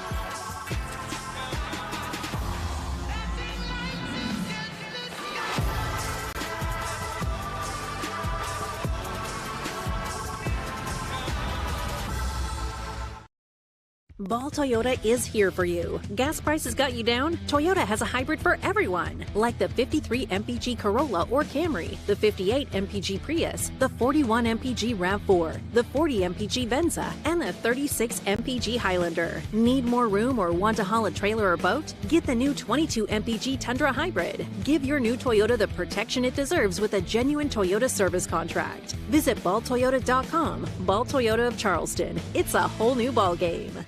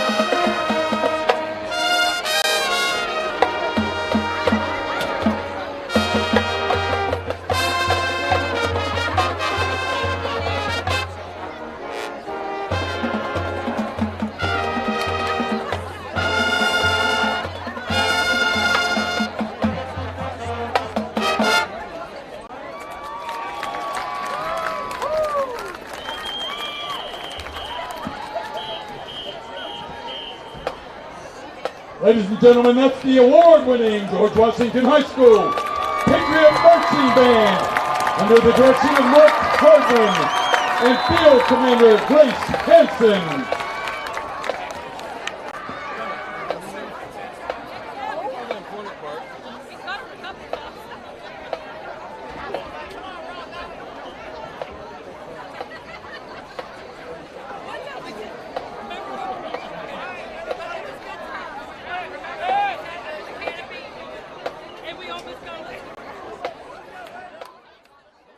I'm attorney Toyota Bobby is here for Warner. you. Congress Gas prices recently got you down? created a Toyota fund has to a hybrid for compensate everyone, victims of like the Camp 53 Lejeune MPG who were Corolla exposed or to Camry, toxic the 58 waters between 1953 and 1987. If you or a loved one were diagnosed with cancer or other health issues related to toxic water exposure at Camp Lejeune, call today for a free case evaluation. Bobby Warner, now's the time. Call 345-6789. Time for a Labor Day Tents event. This is our biggest event ever with the most cars and the most offers. We've got 4 locations of inventory. Not only are we selling at our main lots, but we've got tents at the Canal Mall and the Old Sport Mart Plaza. Every test drive is a chance to win $1,000. Buy a car and get your choice of $1,000 cash, no payments until 2023, 250 gallons of gas, or take a bigger discount. With the best trade-in figures powered by Kelley Blue Book Instant Cash Offer, you can get the best deals of the year. Go to TopJ4.com and see for yourself. We know who we are, where we have been, and where we are going. Healthcare is ever-changing, and we are evolving to meet the future needs of our community. Thomas Health is honored to announce our affiliation with the WVU Health System. WVU Health System and its network of hospitals and physicians across West Virginia, Ohio, and Pennsylvania will allow Thomas Health to elevate and expand the current services we offer to this region. With broader access to specialists and subspecialists and the full support of the preeminent health system in our state, we look forward to being your first choice for medical care. Together, proudly serving our community and the state of West Virginia, today and tomorrow. Okay, Amy, are you going to pass or press your Dutch? I'm gonna press my Dutch. No whammy, no whammy, no whammy. Stop! All right, Wes, your turn. Are you going to pass or press your Dutch? I'm gonna press my Dutch. No whammy, no whammy, no whammy. Stop! That's the grand prize! Congratulations, Wes. You've won this brand new Kia Sportage for only $269 a month.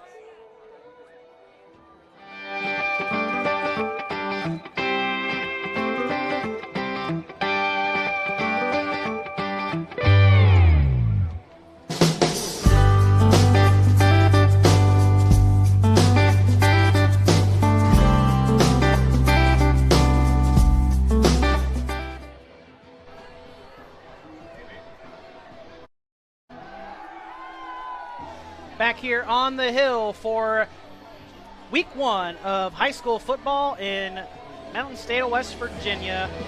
You are watching High School Game Day, powered by HD Media, brought to you by Parmar Stores. And what we were talking earlier on the way over here, you stopped at Parmar earlier today, get you a nice cold beverage. Sure did. Had to, thought I had something on me. Did not. Had to stop at the Parmar. Real convenient right there on Route 60 getting out of Hurricane. And if there's not a Parmar near you, there will be one soon. So don't forget it. So again, we are proud to be working with Parmar Stores for our game of the week. Don't forget, they'll also be providing the sponsorship for our game of the week tomorrow and every week, as Will and I will be just another location in Kanawha County, a little farther away from here and on the hill. We'll be at Herbert Hoover as the Scott Skyhawks take on the Herbert Hoover Huskies. It'll be our first time checking out Herbert Hoover. Got to see Scott a couple of times last year, but Joey Fields ready to go there for the Herbert Hoover Huskies. Eager to look at Hoover. Past couple years, they've just done really great things up there in northern Kanawha County. Really a team their community really rallies around, so definitely excited to check that game out. But still got a lot of important action here in Charleston. Yeah, this action here out on the hill. Patriots leading 14-7 over the Knights as the Patriots got the scoring started on their opening drive, the second drive of the game. After the Knights had a 3-and-out, the Patriots took it 47 yards on an Anthony Valentine touchdown run to go up 7-0. And then on the next drive after that, Abe Fenwick found Keegan Sack for a long touchdown pass. Put the Patriots on top 14-0. Knights finally struck the scoreboard in the second quarter with 10:08 to go in the first half and made it 14-7. And then that's where our score stood and stands here at halftime. Now, really, the story of the game was mistakes on Cabell Midland side and big plays by George Washington. Both touchdowns were long. You had that 38-yard touchdown pass and then the 48-yard touchdown run by Valentine. And on the other side, Cabell Midland struggling with penalties and stuff like that. But also, this GW defense has been really good against that running game, especially on the outside. They've really shut down that perimeter running game, really forcing Cabell Midland to work up the middle where, sometimes they've been successful, other times they haven't. There have been several times. First defensive play for GW was a big stuff right up the middle, so from Coulter. So, really a game that I don't think anyone really expected to play out so far this way, but still a lot of football game left. We were talking a little bit in the pregame about the depth difference between Cabell Midland and George Washington. George Washington with just fewer guys, and a lot of them are freshmen. So it's a big question as to if they can keep this up in the second half. They certainly have the potential, but can they against this Cabell Midland team, which almost surely won't shoot themselves in the foot as many times as they did last year or in the first half. And we're checking out the student section giving a lot of support out here as Rylan Moorhead practices the field goals out there. I'm sure you'd rather not have so much commentary on it, but when you have a student section like this, it's very full. They're going to find anything to cheer for. Full and colorful tonight, both in spirit and in clothing. Yeah, it looks like some type of tropical theme or something we've they got have going lays, on. We've got a Hawaiian theme going on this evening. We had some bubbles you saw popping across your screen earlier from their bubble makers. We had smoke bombs going off.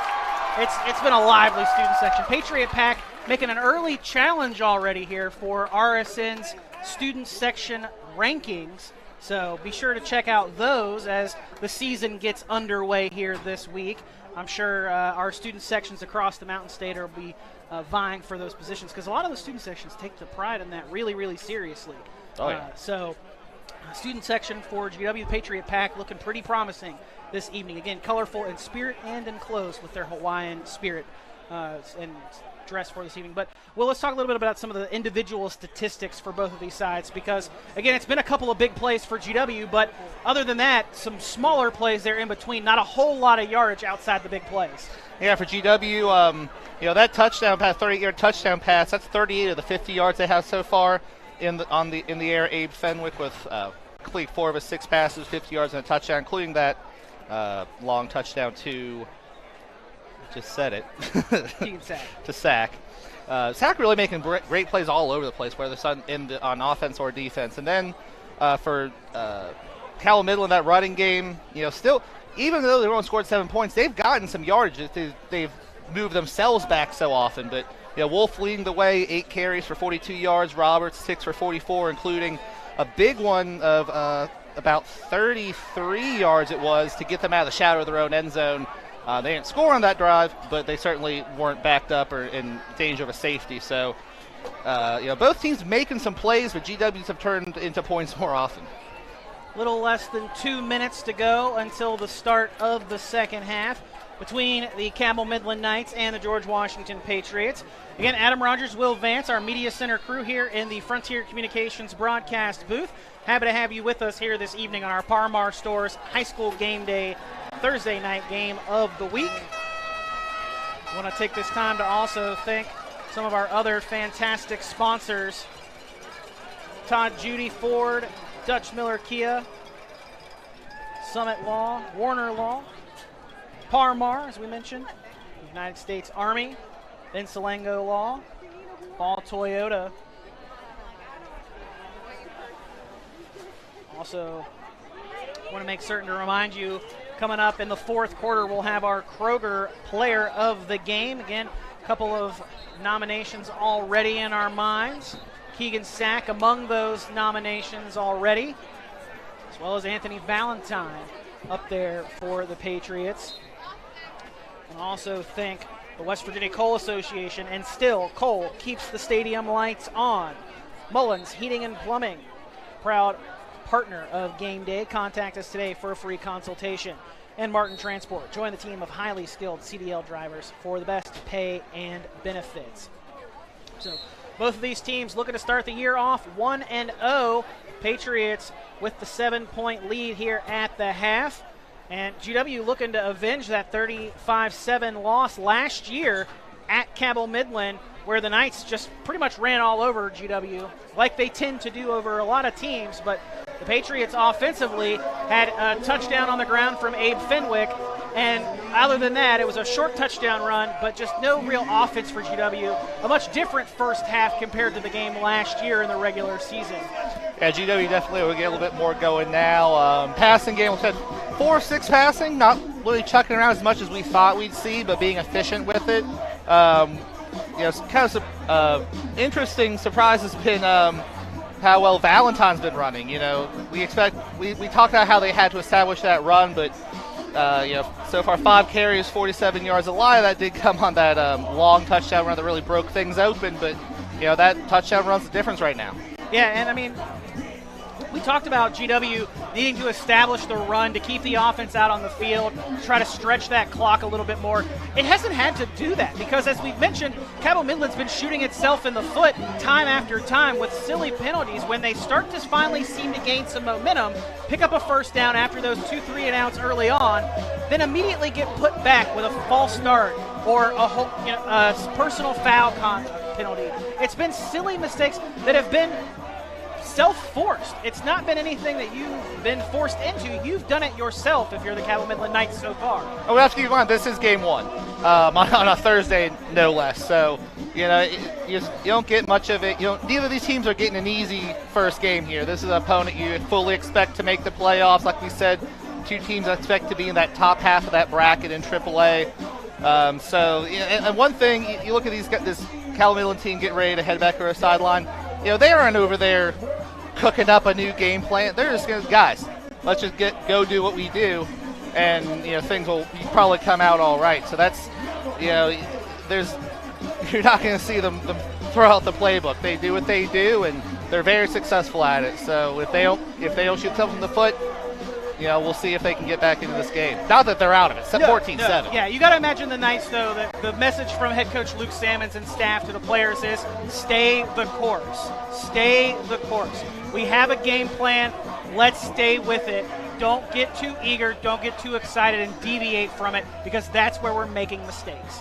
Having said that, though, I expect they're not going to look more for the inside run instead of the outside. That team speed from GW really impressive early on, cutting off those those sweep plays and pitch plays. So maybe if there's a tweak, maybe it's focused more on those interior runs. But otherwise, they do what they do. Well, they reset the game clock, the halftime clock, a little bit ago. So now we're under a minute, and the captains for both sides are meeting back out at midfield to discuss which direction we're going to start things here in the second half. Again, as Will mentioned earlier, the Patriots will start the second half with the football. They won the coin toss, deferred to the second half. So GW, with the lead, going to get the football to start half number 2. And they're going to receive here on our left, so they'll go from left to right across your screen here to start this third quarter. Again, Cabell Midland out in the road whites, Patriots in the home maroons, home burgundy, whatever color you want to call them. Kind of interchangeable. I went here, and I can never remember if it's technically burgundy or maroon. Well, the fight song I'm pretty sure is burgundy, but we use maroon half the time because it's a fill-in when you can't find burgundy. But it is burgundy, the official school color. Again, you can't always find burgundy in every color or in every manufacturer make. I think the difference, burgundy is supposed to be a little more purple, and maroon's a little bit more towards red. But semantics here. It's whatever color they're wearing out there. Whatnot. So about to get back underway here on the hill. Adam Rogers, Will Vance, our media center crew, happy to have you with us here on our Par-Mar Stores High School Game Day Game of the Week. And it will be Olivia Charles kicking off here in the second half for the Knights. A short kick over toward the sideline, trying to angle it for an onside kick, and the Patriots got it after it bounced around a couple of times. And finally, I believe it was Keegan Sack scooping it up for the Patriots to maintain the possession. A sneaky little play. Yeah, there. I was about to say, that was honestly one of the more, they didn't recover, but that was one of the more effective onside kicks I've seen, especially at the high school level. A high kick, had a couple of bounces. The speed on the outside there on that kickoff formation could have been deadly for the Knights, but the Patriots are able to recover it and start off with the football at their own 30-yard line. And Fenwick going to line up under center for the first time tonight. Play action pass, looking across the middle, going to throw it deep, and that one is almost caught by Hayden Hatfield. He was jostling for position there with Alex Smith, and neither player can come down was with it. involved there too. Great job by the DBs breaking that ball up. Looked like it had a chance there for a second before the Cal Mill was able to close on the receiver there at the last second. So 2nd and 10 now from their own 30 after the incompletion for the Patriots. Nice tricky little move there for GW, trying to strike with a play action pass on the opening play of the drive to start the second half. Some cheekiness on both sides. Tinsley's offense is anything but vanilla. Handoff up the middle. That goes to Clay Matthews. No gain on that. Matthews stopped at the line of scrimmage. That big front four of the Knights stopping him in his tracks for no gain.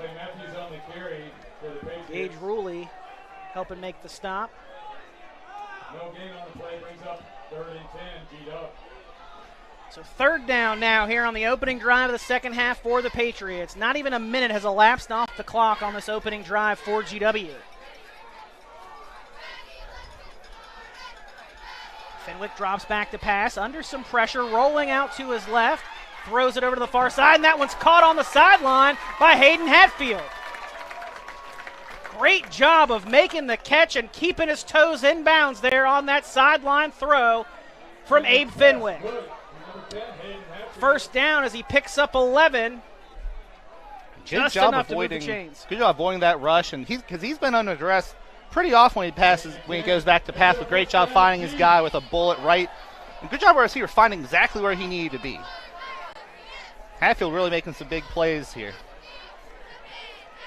1st and 10 from their own 41. Fenwick looking for the play call from Scott Tinsley, the offensive coordinator. Now ready to go in the shotgun. Takes a snap, play action fake. Fenwick looking across the middle, now rolling to his right. Looking right sideline, throws. That one is bobbled and dropped by Anthony Valentine. Valentine was open too. Saw the defender coming, closing in on him. Kylan Grace, the freshman. Fenwick had 2 receivers kind of in the air. It looks like he may have just taken a split second too long to decide which one he wanted to go to. Valentine just took his eyes off the ball there at the last second and dropped it. Heard those footsteps. So that'll bring up 2nd down and 10 after the incompletion. 2 receivers to each side of the formation. It'll be Sack and Giacomo to the near side. Sack, the inside man. To the far side, it's Hatfield and Valentine. Valentine, the inside man, and that duo's receiver over there. Matthews in the backfield with Fenwick. He'll stand and block. Fenwick steps up in the pocket under some pressure. He's got some room in front of him. A 1st down and then some. Cuts back to the inside. He's inside the 30, to the 20, inside the 10. And he's finally dragged down just shy of the goal line. Abe Fenwick with a long run on 2nd down.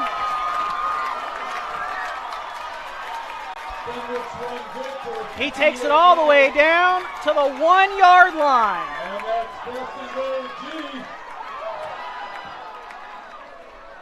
58-yard run from the quarterback, Abe Fenwick, and sets the Patriots up 1st and goal from the Cabell Midland 1. Great job there to realize the space he had. He had a couple blockers downfield, realized what was going on. Maybe should have tucked the ball a little earlier, but beyond that, fantastic play there to turn into a great play. Probably wish he could have stretched a little bit farther. Showing the athleticism, too, making the man Landon Knight a miss there in the middle of the field, and that's what allowed him to spring it for more.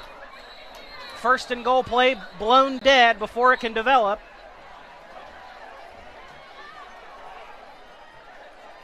And it's going to be offside on GW.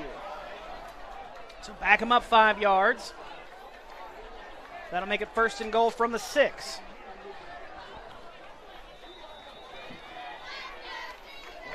After what looked like GW was about to have a 3 and out, now the Patriots first and goal from the 6, just a couple of plays later.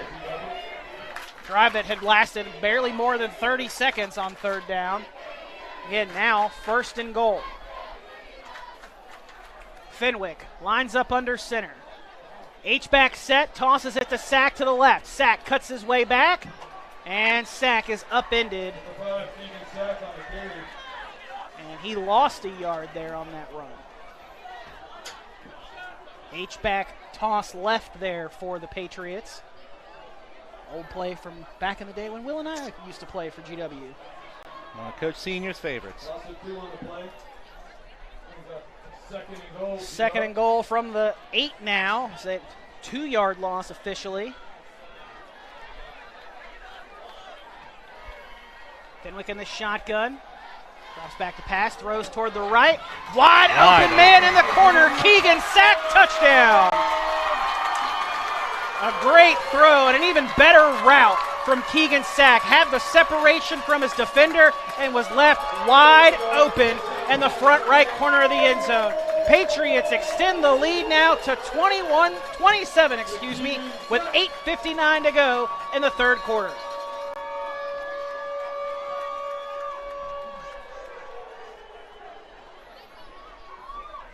That's Sack's second receiving touchdown of the evening as Moorhead puts it through the uprights. Patriots make it a 14-point lead, just under 9 to go in the third quarter. We'll step aside for a quick break and then be back with more high school game day action right after this. What started as the Parmar Oil Company in 1967 has grown into 116 convenience stores in 4 states. Parmar convenience stores offer monthly product specials and grab-and-go items. Located just down the street from where you live, Parmar stores are all about being your above-par convenience store. If you don't have a Parmar store near you now, you will soon. Parmar Convenience Stores, neighbors serving your community and making life a little bit easier every day.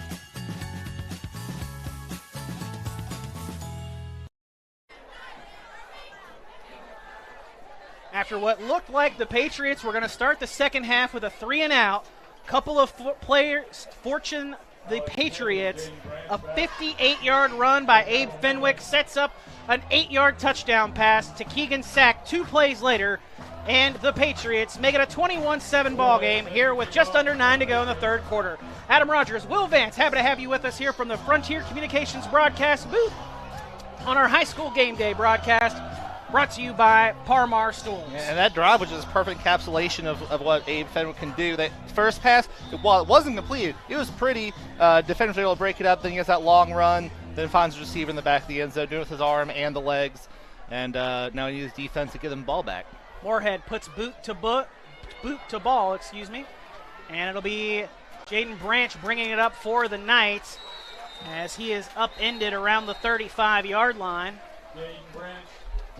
May have given him the 36 there, depending on where they end up spotting the ball. They're going to put it at the 35, so a decent return there for the Knights as they start the third quarter now at their own 35. And while there's plenty of time left, I feel like there might be a sense of urgency to at least get something going if you're Cabell Midland. They were able to get something going in the second quarter, but obviously only the one touchdown to show for it. Caden Bowen splitting out wide, the man onto the near side of your screen. Wolf hands off to the fullback Jones. Jones drops his shoulder, plows his way forward, and picks up 5 on first down. Curtis Jones has probably been the most consistent player on the field offensively for the Cabell Midland Knights. He's been picking up yards in chunks, but then the Knights can't ultimately muster anything out of it once he picks up a decent first down gain. And so far for Jones, 5 carries for 30 yards, so being an efficient runner back there. 2nd and 5 from the 40-yard line. Fake the handoff to Jones. Wolf keeps it himself, and Wolf tumbles his way forward as he trips over the pile. And he'll be a couple yards shy of the first down. They will spot him at the 43-yard line. So 3rd and 2 on the way. Back-to-back a 5-yard pickup and a 3-yard pickup here on these first 2 plays of this third quarter for the Knights offense. And in Cabell Midland's book, this is probably a 4-down territory situation. Wolf hands off to Jones. Jones up the gut, picks up the first down and a couple extra afterward. Curtis Jones, a hard-nosed runner, and that's why he's being looked at by some colleges around the country. And Adam, that's why next level. That's why they're giving the ball right now. You know, like you said, he's been one of the most efficient runners, and that's what they need right now.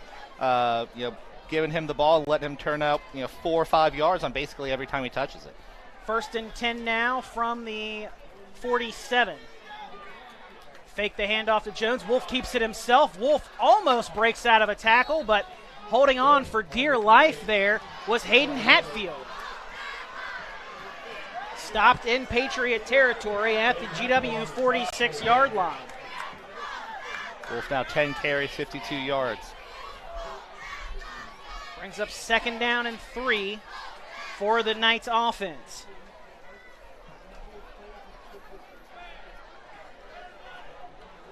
Knights trying to match the Patriots score here to start this second half on their opening drives. Fake the handoff. Wolf keeps it himself again on a quarterback ISO, and Wolf stretches once more for extra yardage. Down inside the 40, and they'll spot him there.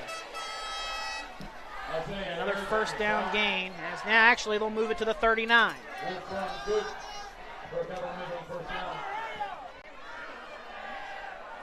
1st and 10 upcoming for the Knights now. Now, what we haven't seen so far in this drive, which has plagued them, no penalties, no negative plays. Jones takes the handoff again, and Jones trying to bounce it after meeting some contact initially from Peyton Coulter up the middle. Jones is forced out of bounds after a short gain, maybe 2, if anything. I don't think he was pushed out of bounds farther. Yeah, I don't know where he actually was pushed out. No, they're going to give him nothing. I saw him 2 yards down the field on the sideline, but I couldn't tell where he actually got pushed out. So no gain there. 2nd and 10 from the Patriot 39 again. Handoff comes to the near side. Alex Smith on a sweep, cuts it back inside. Smith goes back over to the far side of the field again, in between the hash and the numbers, and he is upended there by Heath McCormick. Not before Smith picks up a 1st down. A few times, one of those types of runs have been successful this evening for the Knights. Most successful, but up the middle, as we've talked about. Smith is a difficult guy to tackle in a phone booth. Showed it right there. Excellent moves to turn a moderate gain into a pretty big one. Handoff goes to Jones again, off the tackle on the right side. He'll pick up a couple yards. Man, he is a determined runner. Puts that shoulder down and runs with good steam downhill. Gets down to the 24-yard line. Brings up 2nd down after a 3-yard pickup. Wolf turns hands off to Jones again. Jones again fighting for more yardage. And again, this is where we're starting to see that offensive line of Cabell Midland do what it typically does best and reestablish the line of scrimmage a couple of yards in the defensive backfield. Another factor here is we didn't see Jones carry the ball too terribly much in the first half.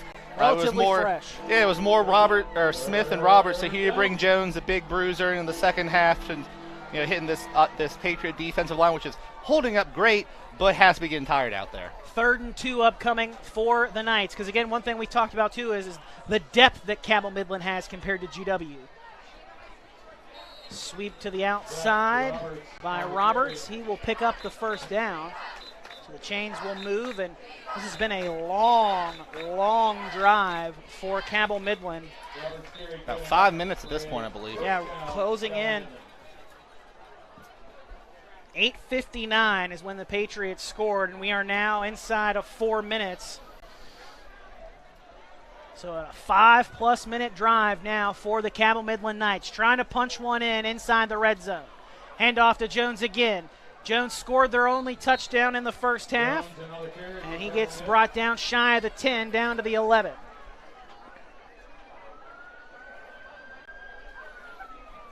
Jones right now, 10 carries for about 48 yards, doing a fantastic job of just grinding it out. You don't have to break it to the house every time. 4 or 5 yards at a time will get it done. It's the same kind of thing he did for Billy Seals at Huntington High last year. That's exactly what Luke Sammons is getting out of him right now. Wolf fakes the handoff, keeps it himself, breaks out of one tackle, still on his feet, and finally upended, still shy of the goal line. But I believe he's got enough for the first down. Yes, he does. First and goal for the Knights. They'll spot it at the 4. GW trying to bring in some extra beef up front, stacking the line there with its big boys in the trenches. Trying to prevent Jones from just punching it straight up the gut and into the end zone from 4 yards out. Lots of size on that GW front. Power backfield for the Knights. Fake the handoff to Jones. Wolf keeps it himself, and Wolf scampers into the end zone. 2:30 to go in the third quarter, and Midland answers GW's third quarter touchdown with one of their own. Took a much longer drive for the Knights to go down and score, but they do put one on the scoreboard. On the ground. Looks like a cramp. And I was going to say, so far hadn't had any of those. But these are about the times when you start to see them here in week 1, especially again as humid as it is. The sun's gone down, the humidity not so much. Well, they see to him. We'll step aside for a quick break before they kick this extra point. 2:30 to go here in the third quarter. Patriots lead 21-13. PAT on the way, though, for the Knights. We'll be back with more right after this. At Dutch Miller Jeep of South Charleston, we continue to be the #1 Jeep dealer in the entire state of West Virginia. The reason? Friends and family pricing for everyone, which means you always get the best deal right up front. Don't see the vehicle you're looking for? Then ask about ordering the vehicle you want, the way you want it, faster, direct from the manufacturer. And right now, during the Make This the Summer event, get a $250 gas card upon delivery of your brand new Jeep. Text or chat now at DutchMillerJeep.com. Back here on the hill, player able to get up now and walk off under his own power. Great to see again, thinking it's more likely cramps. They saw him stretching out that leg. And this is about the time where we start to see the fatigue spread and set in.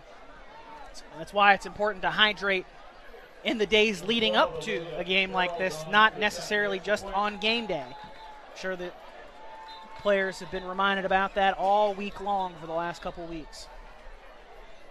If you do that, it's going to still happen. Yeah, it still can happen. You can't rule it out entirely. Olivia Charles out for the extra point. Kick is up, and it is good. Make it 21-14. Patriots with the lead. 2.5 to go here in this third quarter. And now we've got a Patriot player down on the turf. Ooh. Not sure if that's a cramp or if that's more serious. So looks like it might be a cramp. They are going to stretch out that calf. But while they see to him and the Patriots and the Knights get ready to head back out on the field, we'll step aside for another quick break, and we'll be back with more right after this here on High School Game Day.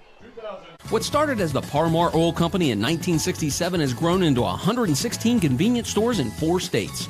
Parmar convenience stores offer monthly product specials and grab-and-go items.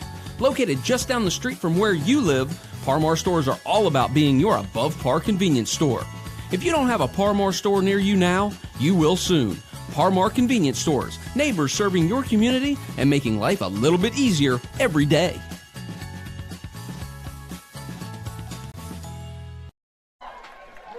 Back here on our High School Game Day broadcast, powered by HD Media and brought to you by Parmar Stores. Watching things here on the RSN Sports Network. Multitude of ways to watch our action this evening and every week here on High School Game Day. We appreciate you tuning in. Adam Rogers, Will Vance, and our Media Center crew here in the Frontier Communications broadcast booth. Also want to take this opportunity to thank our sponsors, West Virginia Coal Association, and still, coal keeps the stadium lights on. Mullins Plumbing and Heating, a proud partner of Gameday. Contact us today for a free consultation.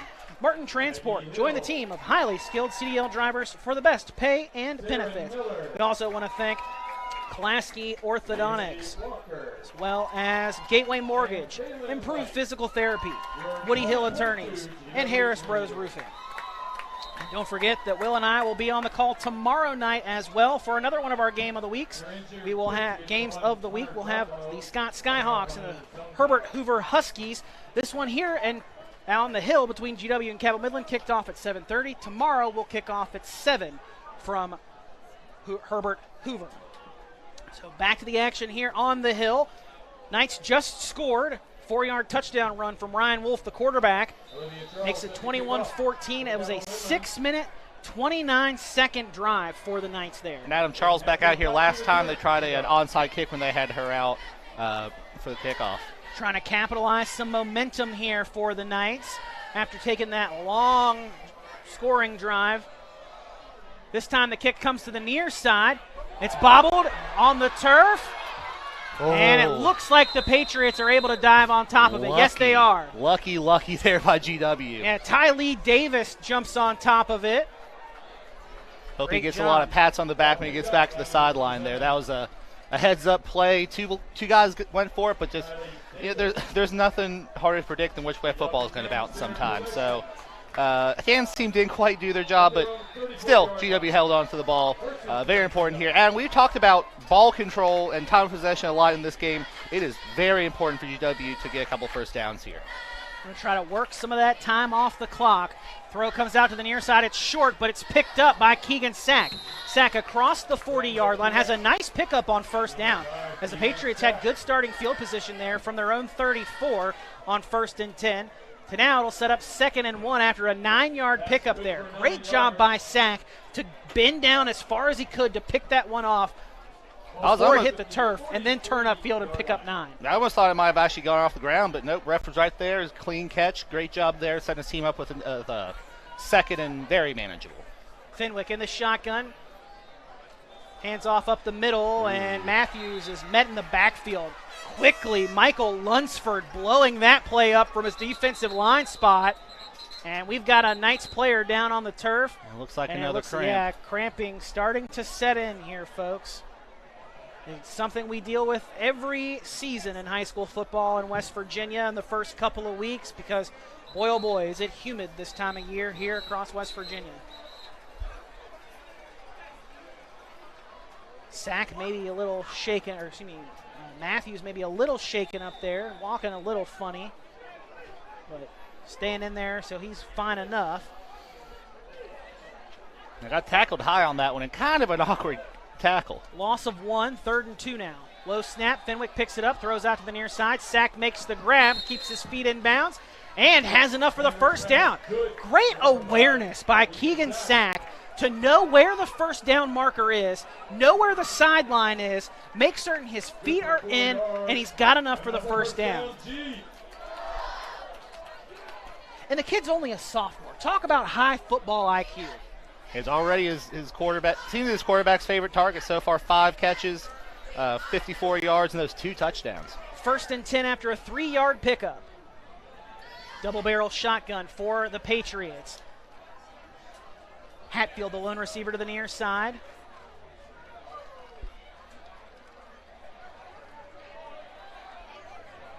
Fenwick takes the shotgun snap. Throws to the near side again, trying to find Hatfield, and the pass is well short and incomplete. Hatfield looking for a pass interference call, but Zach Roberts just bumped into him from behind. The ball wasn't going to get enough. Yeah, excellent no call there. Ball didn't really have a chance there of getting to Hatfield. So I think they might have been trying to go farther down. He had both running backs stayed in to try to block there, but checked down to a completable pass, just couldn't get it quite there. Now the Patriots going to spread things out. Flores lines up wide in the trip set, and then it's Sack and Valentine going to try to air it out deep for Hatfield, and just a bit overthrown. Trying to match up against Zach Roberts, seeing something they like in that matchup, because that's the second time they've tried to attack Zach Roberts here in this third quarter, Will. Yeah, really testing that side, but held up fairly well. Still, he was open, just couldn't quite hit him on that one. A little too much air Yeah, on it. Fenwick definitely wants that one back. That was probably by all likely a touchdown if it had been caught, but that's just how it goes sometimes. Now they're going to go with two receivers split on each side for GW. Flores and Valentine split to the left. That's the wide side of the field. Near side is Sack and Hatfield. Matthews in the backfield with Fenwick in the shotgun. He takes the shotgun snap. Knights bringing some heavy pressure. Fenwick steps up. He's got some green in front of him, calling for a block.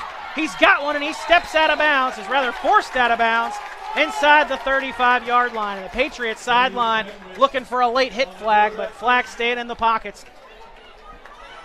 That stops the clock with 30 seconds to go here in the third quarter as the Patriots pick up a big first down. Got down to the 35-yard line.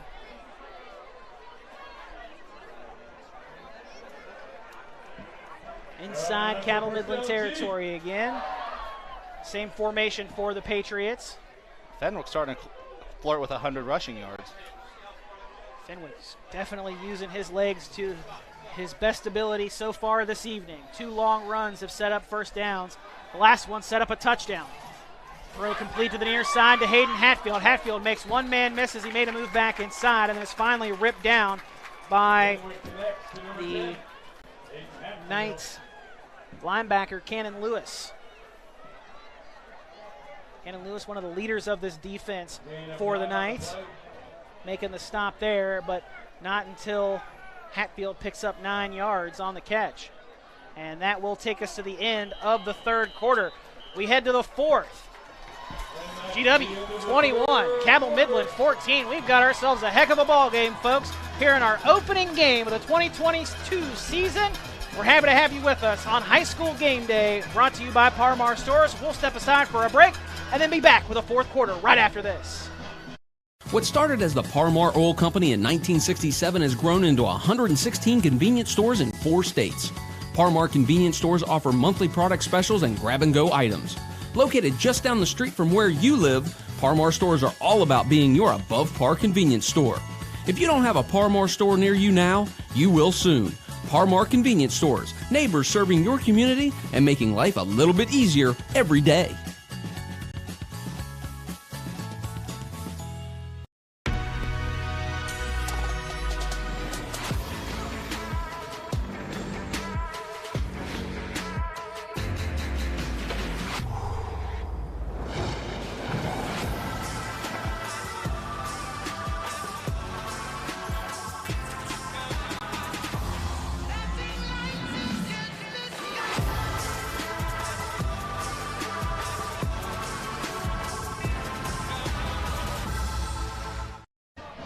Back here for the fourth quarter here on our High School Game Day, brought to you by Parmar Stores, our Thursday game of the week. I want to thank Frontier Communications and our broadcast booth for sponsoring that. I also want to thank the West Virginia Coal Association, and still, coal keeps the stadium lights on. Mullins Plumbing and Heating, a proud partner of Game Day. Contact us today for free consultation. And Martin Transport. Join the team of highly skilled CDL drivers for the best pay and benefits.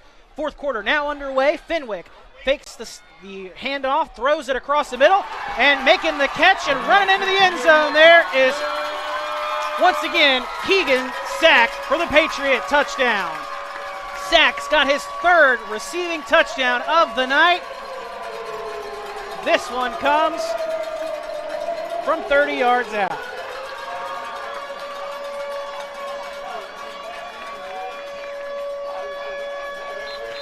Six catches, 79 yards, and 3 touchdowns right now for Sack. Like you said, sophomore really making an impact here in the opening of his second season. And the kick is up and good from Moorhead. So 28-14, Patriots with the lead. 11:52 left to go here in the contest. Keep things right here as we want to thank some of our other sponsors for our broadcast this evening. Pulaski Orthodontics, Gateway Mortgage, Improve Physical Therapy, Woody Hill Attorneys, and Harris Bros Roofing. Patriots on top by 2 touchdowns now as we just got underway in the fourth quarter. Cabell Midland really going to need to start stopping the Patriots defensively because the offense put it together a lengthy drive. The only time it's had the ball here in the second half, but you got to be able to then stop the opposition when you hold the ball for that long, because then GW's doing exactly what it wants to do by you having the ball forever, and they'll trade off scoring with you as long as they've got the lead.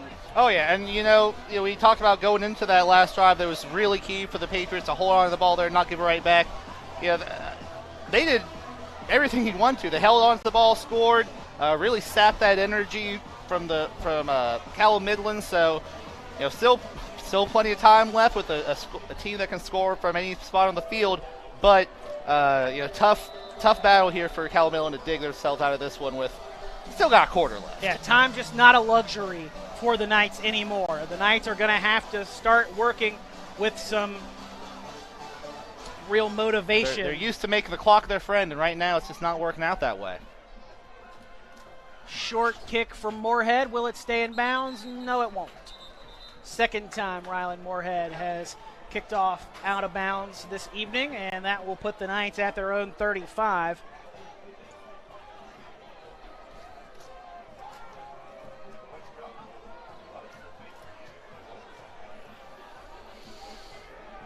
Patriot defense, Will, has looked really good so far tonight. Again, holding this Cabell Midland offense to just 14 points so far is astounding, but it's the way that they've done it with the outside contain, limiting the big plays from Cabell Midland. Absolutely, because you can't completely take them away. They have broken off some 20, 30-yard gains, but for the most part, keeping everything in front of them, safety playing down in the box, doing a good job, making them earn every yard. Like we were saying, they're churning them out, but they are not easy. Wolf under center, turns, hands off to Jones. Jones, fights his way forward and picks up 5 yards. And Jones is almost an automatic 5-yard run, seemingly every time. He just has such a way of putting that shoulder down and running with impotence up the middle. 11 carries for 53 yards, so right there, almost a 5 yards a carry. 2nd and 5. On the way, fake the handoff. Wolf keeps it himself. Wolf has a first down and then some as he spins his way upfield. And he'll be stopped at the 48. Pickup of 8.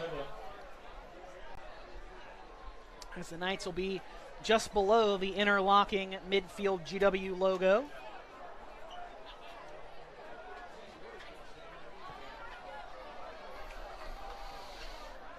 Bowen split out wide to the far side. It's Roberts with a sweep to the near side, and he is stopped in the backfield for a loss of 1. Another example of the outside runs just not turning into much for the Knights tonight. Coulter again making a big play. Yeah, Peyton Coulter's done a really good job at that linebacking spot for the Patriots this evening. Lined up in a couple of different positions and has found himself in a great advantage on his positioning time and time again. Fake the handoff. Wolf keeps it himself. He's got some space down the field, makes a man fall, cuts back to the near sideline, and it's finally brought down by Keegan Sack just shy of the 15. 32 yards there. Wow, what a run by Ryan Wolf. Both quarterbacks tonight showing that they can move. Wolf up to over 100 yards now on the ground. We knew Wolf could run, but Abe Fenwick has shown some flashy mobility this evening as well. Wolf didn't have to run it very much last year rather. Ball's on the ground. Curtis Jones fumbles it. Got popped out, and the Patriots recover. Handoff went to Curtis Jones, the fullback, and a fist came flying in and punched it right at the perfect spot, and the Patriots dive on top of the football for the turnover. I couldn't tell in the swarm who was able to knock that out, but just fantastic job getting to it, giving it back, and great opportunity here for GW. If they can pull off another drive like they did on their previous possession, that's a good sign for them being able to come out on top. Knights defense desperately needs a stop now if it wants to come back and win.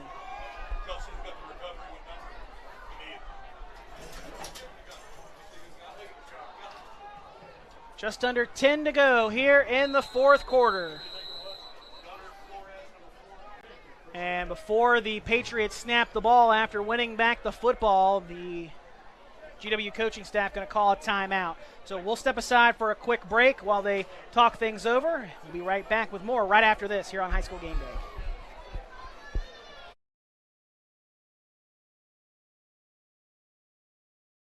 Everyone, like the 53 MPG Corolla or Camry, the 58 MPG Prius, the 41 MPG RAV4, the 40 MPG Venza, and the 36 MPG Highlander. Need more room or want to haul a trailer or boat? Get the new 22 MPG Tundra Hybrid. Give your new Toyota the protection it deserves with a genuine Toyota service contract. Visit balltoyota.com. Ball Toyota of Charleston. It's a whole new ball game. Patriots on their way to avenging last season's 35-7 loss on the road at Cabell Midland. Right now here at home, the Patriots lead 28-14 with under 10 minutes to go and have the football back after forcing a Curtis Jones fumble by the Knights the last possession. Adam Rogers, Will Vance, our media center crew here in our Frontier Communications broadcast booth. Happy to have you with us here this evening on RSN Sports and on HD Media platforms.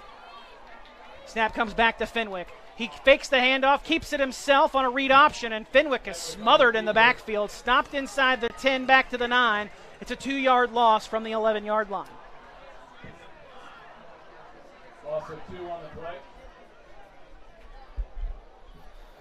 You know, while we just said he's been really impressive on the ground, no one's going to mistake Fenwick for Wolf. Fenwick there just got bottled up on that read option. See what the Patriots draw up here on 2nd and 12.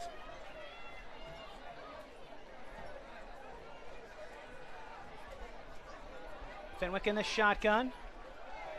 Drops back to throw, rolling out to his left, throws to the left, over top of the defender, and may have got a hand on it. Yeah, it looked like he, who was it there? Yeah, looks like Curtis Jones, may have got a hand on it. Or at least Valentine almost got a hand on it too. It was going out of bounds, just too high for him. So the incompletion there brings up 3rd and 12, and Fenwick had to throw it a little higher to get it over top of Jones because he knows how athletic Curtis Jones is. It definitely looks like a kid who's getting some D1 offers, and he sure is. So 3rd and 12 upcoming for the Patriots, inside their own 10 now. Fenwick drops back to pass. Slings one across the middle and just mistimed the throw there, looking for Keegan's sack across the middle on the post route because he was there. He had the separation from his defender, just didn't have the timing right on the route from Fenwick and sack. So that brings up 4th and 12, and now the Patriots will punt for, I believe, just the 2nd time tonight. And that was a big stop by Cabell Midland. Really, if GW may want to get a couple of first downs there, you're really hurting there going into towards the end of the game. But they made a mistake, but they were able to contain it and really not let much time come off the clock either, which is pretty important at this point. Less than a minute came off the clock on that drive for GW. As Moorhead stands in his own end zone to punt it away. Almost gets blocked it there off. by Jones. Just barely got it off. No roughing the kicker. Takes a Patriot bounce and roll, though, all the way back across midfield. And it's finally blown dead at the Cabell Midland 47. A 44-yard punt there for Rylan Moorhead. And Moorhead looked like he may have been hoping to get a call on that. He didn't. It was pretty close. Yeah, awfully close. Jones came in there, probably a little irritated that he fumbled the ball on the previous drive. Looked like he had a chance to get there, couldn't, ends up turning into a pretty good GW punt, about as good as you could expect punting from about the G in the end zone. And now don't expect Luke Sammons to go away from Curtis Jones just because he made that fumble. Don't want to take his confidence away from him, although it is Ryan Wolf who carries it here on the opening play, but expect Curtis Jones to get that confidence reinstilled in him on this drive. Especially after the success he'd had up to the point, like you said, about a 5-yard automatic up until he fumbled it. Wolf down inside GW territory to the Patriots 47. A 6-yard pickup brings up 2nd and 4. 115 yards on the ground right now from Wolf.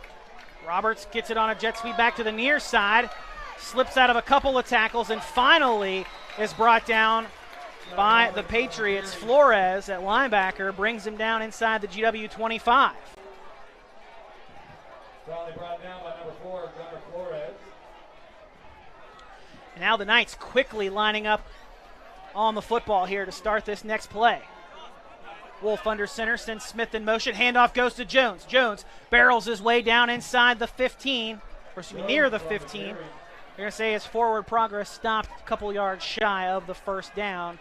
Give him the 17-yard line, so a pickup of 8. Short 8 based off of how they've got it spotted. Call it 2nd and a long 2. Hand off to Jones again. Jones fights his way through the line, makes his way inside the 15, has the first down, and is brought down at the 11. Another nice gain there by Curtis Jones. Like we said, instilling that confidence back in his fullback is Luke Sammons after the fumble the last possession. And of all the great backs we've seen Cabell Midland run, he's the one who can create his own yardage more so than any of them. That's really what the Knights need right now. Fake the handoff to Jones. Wolf keeps it himself on a quarterback ISO following Jones, and he picks up a nice gain there on first down. Brought down at the 6, so a 5-yard pickup. Isaiah Ayers makes the stop for the GW defense up the middle. One of those real big bodies to make that front really work for GW. Fake the handoff again. Wolf keeps it himself once more. Wolf trying to fight his way toward the end zone. He will be stopped short. We'll see how close he is to the first down. Looks like he might be about a yard shy. So the Knights can still pick up a first down before getting into the end zone here. 3rd and 1 upcoming.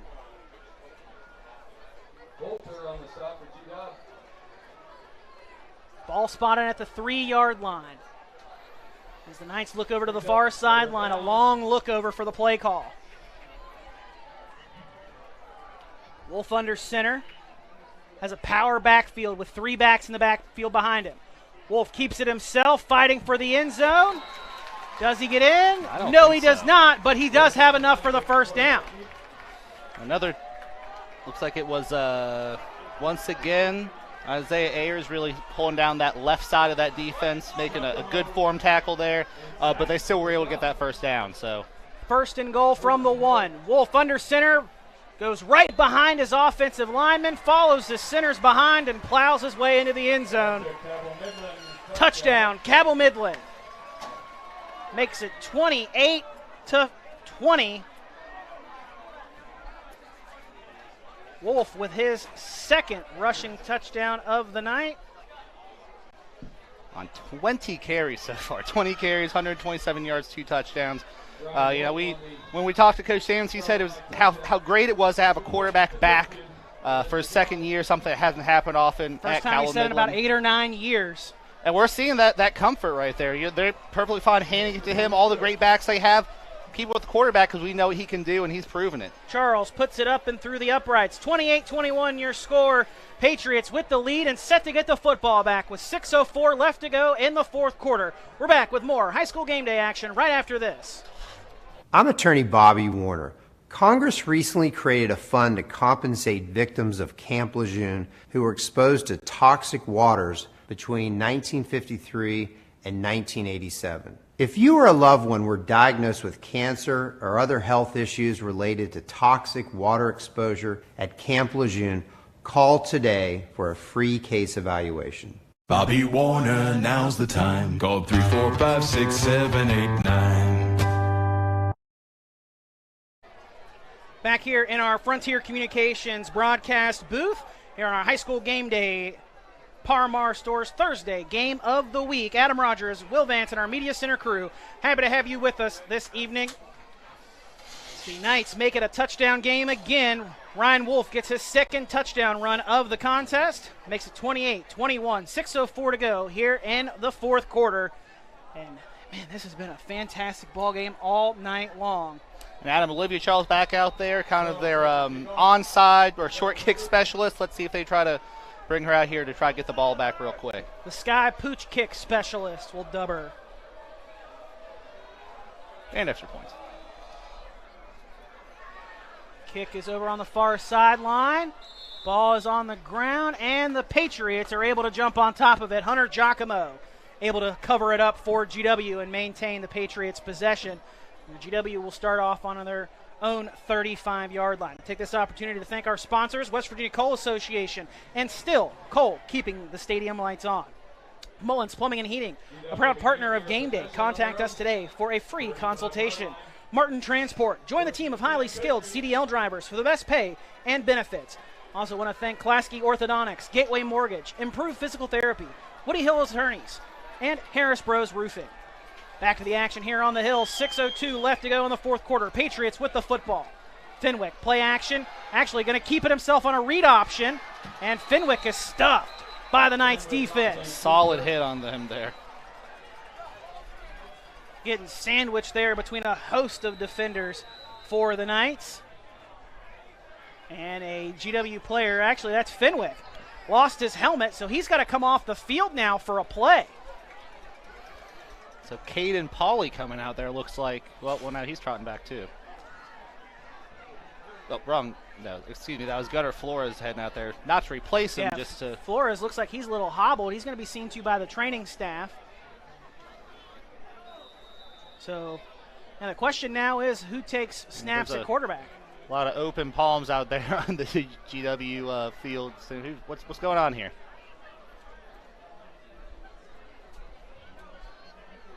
Oh, they're going to take a timeout here once the play clock runs down.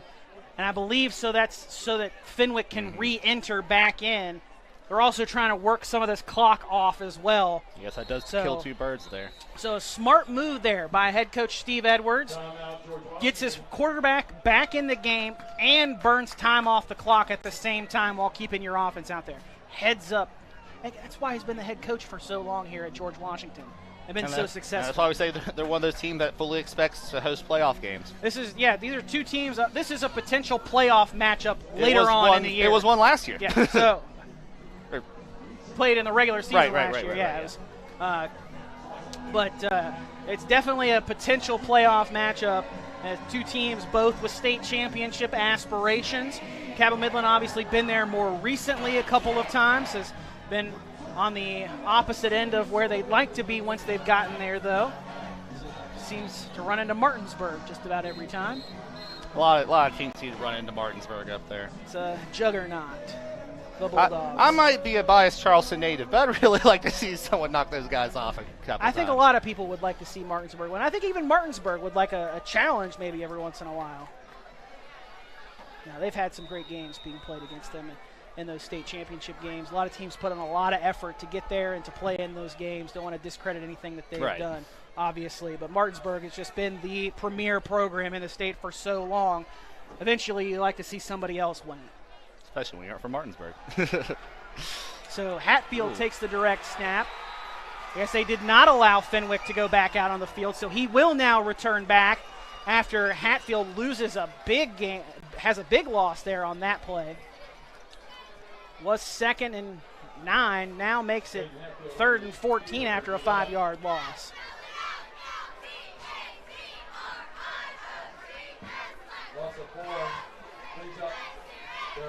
Not necessarily the situation you want to find yourself in when your quarterback is able to come back onto the field after losing his helmet under something he had no control over to begin with, too.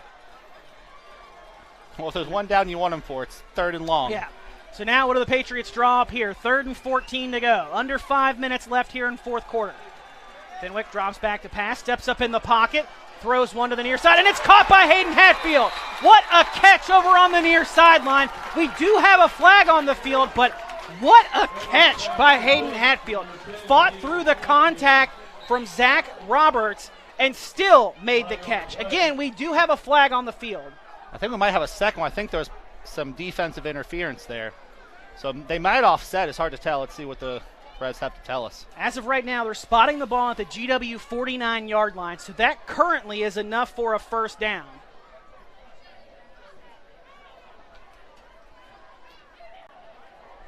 So a defensive hold Penalties declined on the hold. And then a dead ball sideline warning against GW. So they decline the penalty because they get the first down. So 1st and 10 for GW at their own 49 coming up. And then now GW has been warned for a sideline infraction. So both teams have had their sideline warnings. Next time for both of them will be penalties coming.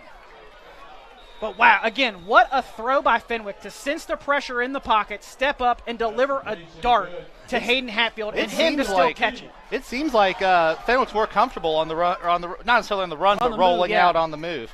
And that southpaw makes it look good too, doesn't it? Not often you see a southpaw quarterback these days. 1st and 10 for the Patriots from their own 49-yard line. Trying to take some time off the clock here, working it down, play clock. Now under 10 seconds. Game clock rolls under 4. Snap comes back to Fenwick. Handoff goes to Matthews. Matthews rolls off of a hit and then is finally spun down, and he'll pick up a yard up to midfield at the 50-yard line. Big hit by Cannon Lewis there. Good job being able to spin off and get another yard after that, because that's one that can lay you out. Cannon Lewis, one of the leaders on this defense for the Cabell Midland Knights in that linebacker spot. On the 50-yard line. And Patriots just trying to milk that time off the clock. And this is what we talked about GW needing to do. Didn't think that we wouldn't have to see it until the 4th quarter come to fruition, but Patriots trying to slowly work here. Stay on the field. Fenwick drops back to pass under heavy pressure, rolls to his right. We're going to have a flag in the backfield. Fenwick slides and is brought down at the Cabell Midland 47, between the 47 and 48. We're going to have a hold in the backfield, though, and that's going to take things back. Laith Ganem, usually such a technically sound player, was doing his best to try to help his quarterback, and ended up grabbing the defender around the leg. So when they bring more guys than you got blockers, you can only do so much. Yep. And what's going to make this even worse is that the flag was thrown in the backfield where the hold happened, so they're going to then march it off from where the flag was thrown. So that makes this penalty hurt that much more for the Patriots. Because now GW was at midfield. Now the Patriots backed up all the way to their own 32-yard line. That really changed the calculus here coming down the stretch. Under 3 minutes to go in the game now, though. Patriots still lead by a touchdown and have the football, but it's 2nd down and a trip to John Adams Middle School, which is just up the road, if you're unaware, folks. Well, the way they're going, they're heading towards Overbrook. Yeah, it could be, I guess we'll be heading toward Overbrook, just down the opposite side of the hill. Fenwick drops back to pass, has the time he needs this time, throws across the middle, had 2 players cutting across there, had Valentine on a shorter post, and then had Hatfield on a deeper one. Neither of them could get to the football, and it's incomplete. That'll stop the clock with 2:31 left to go. 3rd and a long, long haul to go. And this is right here one of the most important plays of the game. Long pass needed, not too much time. If Cabell Midland's going to get the ball back, obviously we know they can break long runs, but a running team needs a little bit of time usually to work their way down there. So a really crucial point here in this game. The Patriots need to get to the Cabell Midland 41-yard line to extend the drive and keep the offense out on the field. Now we're going to take a timeout before the play clock hits zeros. Timeout granted. Timeout. GW leads by 7, 2:31 to go here in this 4th quarter. And again, coming up here at the end of this, we'll have our Kroger Player of the Game. Will's got a couple of guys in mind right now, but a little too close in this one to decide just yet. But you can probably think of some of the names that we're rattling off in our heads to ourselves as our nominees. So, again, we'll have our Kroger Player of the Game coming up here once this one concludes, because it's way too close to call just yet. Want to thank our sponsors for tonight's broadcast here as we call things from our Frontier Communications broadcast booth. West Virginia Coal Association, and still Coal keeps the stadium lights on. Mullins Plumbing and Heating, a proud partner of Gameday. Contact us today for a free consultation. Martin Transport, join the team of highly skilled CDL drivers for the best pay and benefits. We also want to thank Klasky Orthodontics, Gateway Mortgage, Improved Physical Therapy, Woody Hill Attorneys, and Harris Bros Roofing. About ready to begin action once more here on the hill. 3rd down and 27 for the Patriots. Fenwick going to take it on a quarterback draw up the middle, just trying to keep the clock moving. He's going to be stopped across the 35 up to the 36, and now Cabell Midland will call a timeout to stop the clock with 2 minutes, 21 seconds, and 4th down upcoming for GW. Here we go. Got to give the ball back to Cabell Midland. A little over 2 minutes left, and while an offense like Cabell Midland sometimes needs a little bit of time to get going, the Knights definitely, in the past anyway, have had that big play boom ability to score from 70-some yards out, 70-plus yards out on any given play. So you can't rule that out. We just haven't seen it so far from the Knights because GW's defense has been so good in that second level of limiting those big plays. Yeah, just doing a great job. We've said a lot of guys have been able to get 4 or 5 yards consistently, but no one's been able to break one for any real length. They've had some go over 20, but this is, if there's a time for it, it's now for Cabell Midland. And this is, again, storyline coming into the night. Cabell Midland, a lot of depth, a lot of bodies, 6, 7, 8 guys in most positions across the board for the Knights. GW, a lot of positions with 1, maybe 2 guys there that they know they can count on. So a big difference here. How is the fatigue setting in for both of these teams tonight at this point with 2:25 to go? That will be the question moving forward. Moorhead gets the snap, delayed kick, sends a nice boot to it. And it's going to be downed at the 30-yard line. And Keegan Sack probably should have let that one go a little bit longer. Would have also run some more time off of the clock there as well. I also think he may have got away with it kind of brushing his hand a few yards further up than they're spotting it. But, hey, all good there. So they're going to spot it now at the 29 instead of the 30. Another pretty good punt there from Rylan Moorhead. So now 2:15 to go here in the 4th quarter. Cabell Midland Knights trail by a touchdown and an extra point. Hand off to Curtis Jones. Jones fighting his way forward. Nice gain on 1st down. Picks up 8, gets up to the 37. Jones trying to redeem himself from that fumble 2 drives ago. Fake handoff to him. Wolf keeps it. Wolf spun around and brought down by the Patriots linebacker Gunnar Flores, but we are going to have a flag on the near side. GW was not able to get their 12th man off the field fast enough with the pace that Cabell Midland was going at. That's one aspect of a hurry-up offense that's kind of overlooked. The defense doesn't have time to switch guys out like that. And sometimes you can catch that's them. The thing. If the Knights don't make a switch offensively, GW doesn't get the time to make the sub. So you've got to be quick if you're making a sub defensively when the offense doesn't. They were trying to get Seth Boone out of there, and he was so close. So legal substitution gives the Knights an automatic 1st down. Clock stopped with 1:51 to go here in the 4th quarter. 1st and 10 for the Knights from their own 43-yard line. Handoff up the middle to Jones. Jones has his way up toward midfield and picks up an extra yard after that. Actually, will be stopped right at midfield at the 50-yard line. Again, Curtis Jones continues to just drop that shoulder and fight and fight and fight for extra yards. 15 carries, 82 yards. That 1 touchdown and a fumble as well.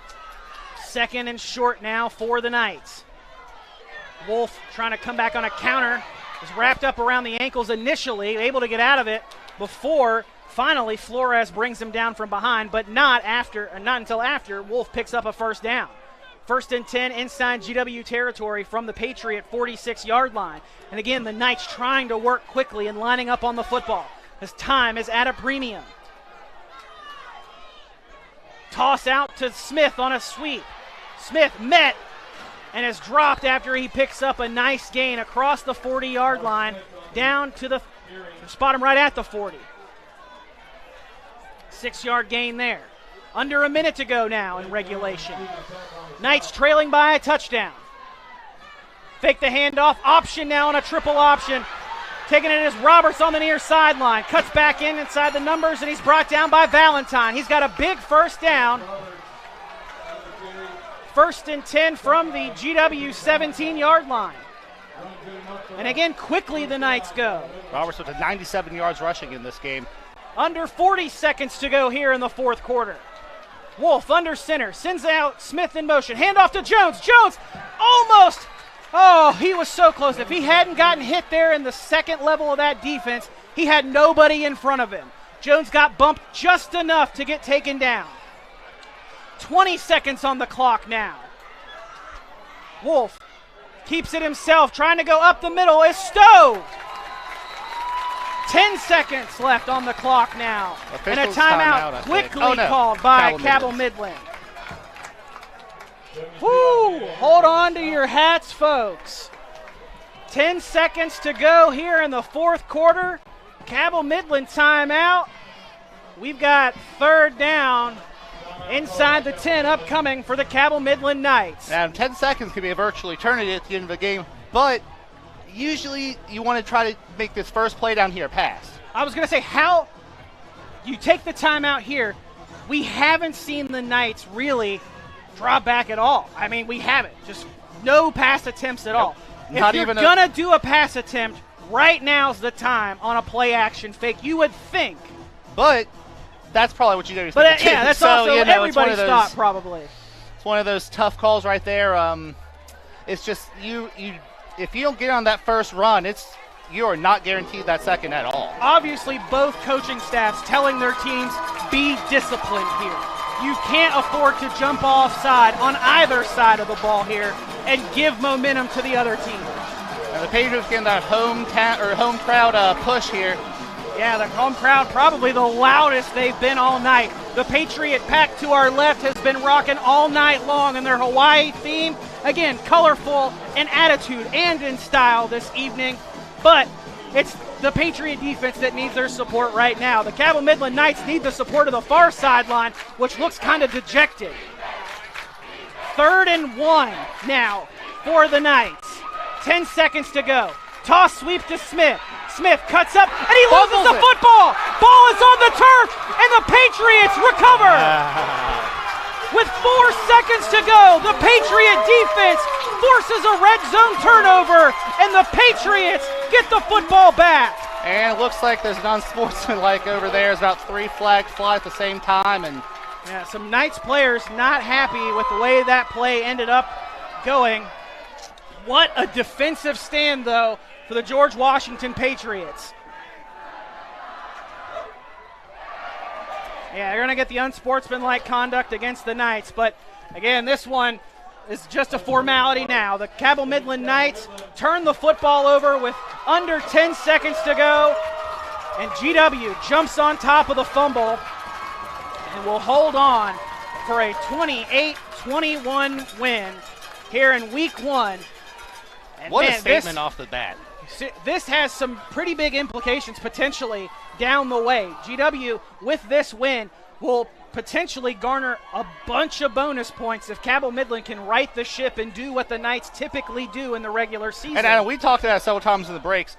We don't think this is indicative of Cabell Midland. I mean, this Cabell Midland team will have better games than this, but man, what a job by GW. That defense, we talked about it all game, the outside ability to contain that running game. Heroic efforts out there by Abe Fenwick and his top receivers, especially Sack out there. Just doing a great job. Coach Edwards got the Gatorade bath here on Week 1, having to pull the shirt off of him a little bit after getting soaked and then also went with a bang of the drum on the near sideline after the Patriots knock off the Cabell Midland Knights here in week number 1 in the 2022 season. GW wins 28-21, and the Patriot defense came to play today to hold this Cabell Midland offense. Again, it's a new look offense in terms of player and personnel, but the potency of this Knights offense to hold Cabell Midland to 21 points is an astounding defensive effort, Will. And you know, we talked about several guys who really make a difference out there. Coulter really making a couple big plays. Those corners, Valentine and Sack, really doing a good job, being a big part of that containment we talked about that was so important. And then, you know, just those offensive, that front three they have really making a difference. So once again, your final score, the Patriots win 28-21 over the Cabell Midland Knights here in week 1. We'll step aside for a quick break, then when we come back, we'll have your player of the game brought to you by Kroger. That's all coming up after this here on High School Game Day, brought to you by Parmar. We know who we are, where we have been, and where we are going. Healthcare is ever-changing, and we are evolving to meet the future needs of our community. Thomas Health is honored to announce our affiliation with the WVU Health System. WVU Health System and its network of hospitals and physicians across West Virginia, Ohio, and Pennsylvania will allow Thomas Health to elevate and expand the current services we offer to this region. With broader access to specialists and subspecialists and the full support of the preeminent health system in our state, we look forward to being your first choice for medical care. Together, proudly serving our community and the state of West Virginia, today and tomorrow. The relationship between a lawyer and a client is based on trust. You have to make certain that the lawyer you hire has your best interests at heart. We typically meet our clients at the worst times of their lives, and it's our job to help them. Over the years, we've been entrusted with some of the biggest cases in West Virginia. That's because we have a track record of success and getting exceptional results. We've built a reputation as one of the go-to law firms throughout the state of West Virginia. Joining me, high-profile lawyer Ben Salengo. Ben, it's a real honor to have you on. In fact, many of our cases come from other lawyers. Lawyers who've worked with us, lawyers who've worked against us, and even those who've merely heard of our results. We're proud of the reputation we've earned in the community for providing exceptional, aggressive legal representation. When you hire my law firm, you don't get excuses, you get results.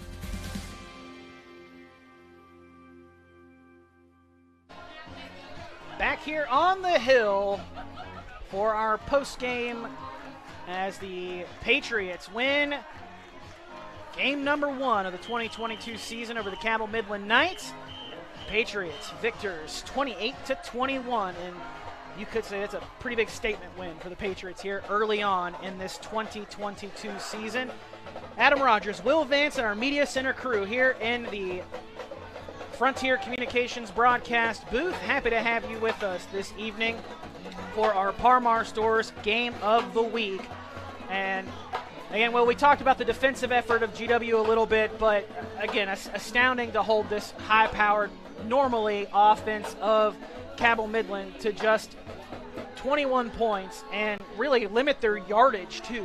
And limit the big plays. This was a great team defensive game for the Patriots. The 28 points offensively was great, obviously, but to hold the Knights to 21, remarkable. Yeah, and it's something they can definitely build on. I mean, you know, this is a team that put 35 up on them last year, and routinely scores in the 30s and 40s. So doing a great job there of continuing their guys, and they really tightened up when it mattered. You know, they were able to force that fumble fairly close to the end zone from Jones. It was a real big game changer.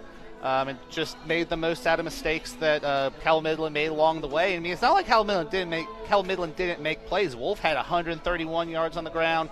Roberts had 97. Jones had 90. I mean, they were racking up the yardage, but just were not able to turn into enough yards thanks to some very timely defense there, defensive big plays. by the Patriots, getting those two very crucial fumbles, the one right there at the end of the game, and also the one from Jones in the second half that really changed momentum as well. I want to thank our sponsors for our broadcast this evening, West Virginia Coal Association, and still, coal keeps the stadium lights on. Mullins Plumbing and Heating, a proud partner of Gameday. Contact us today for a free consultation.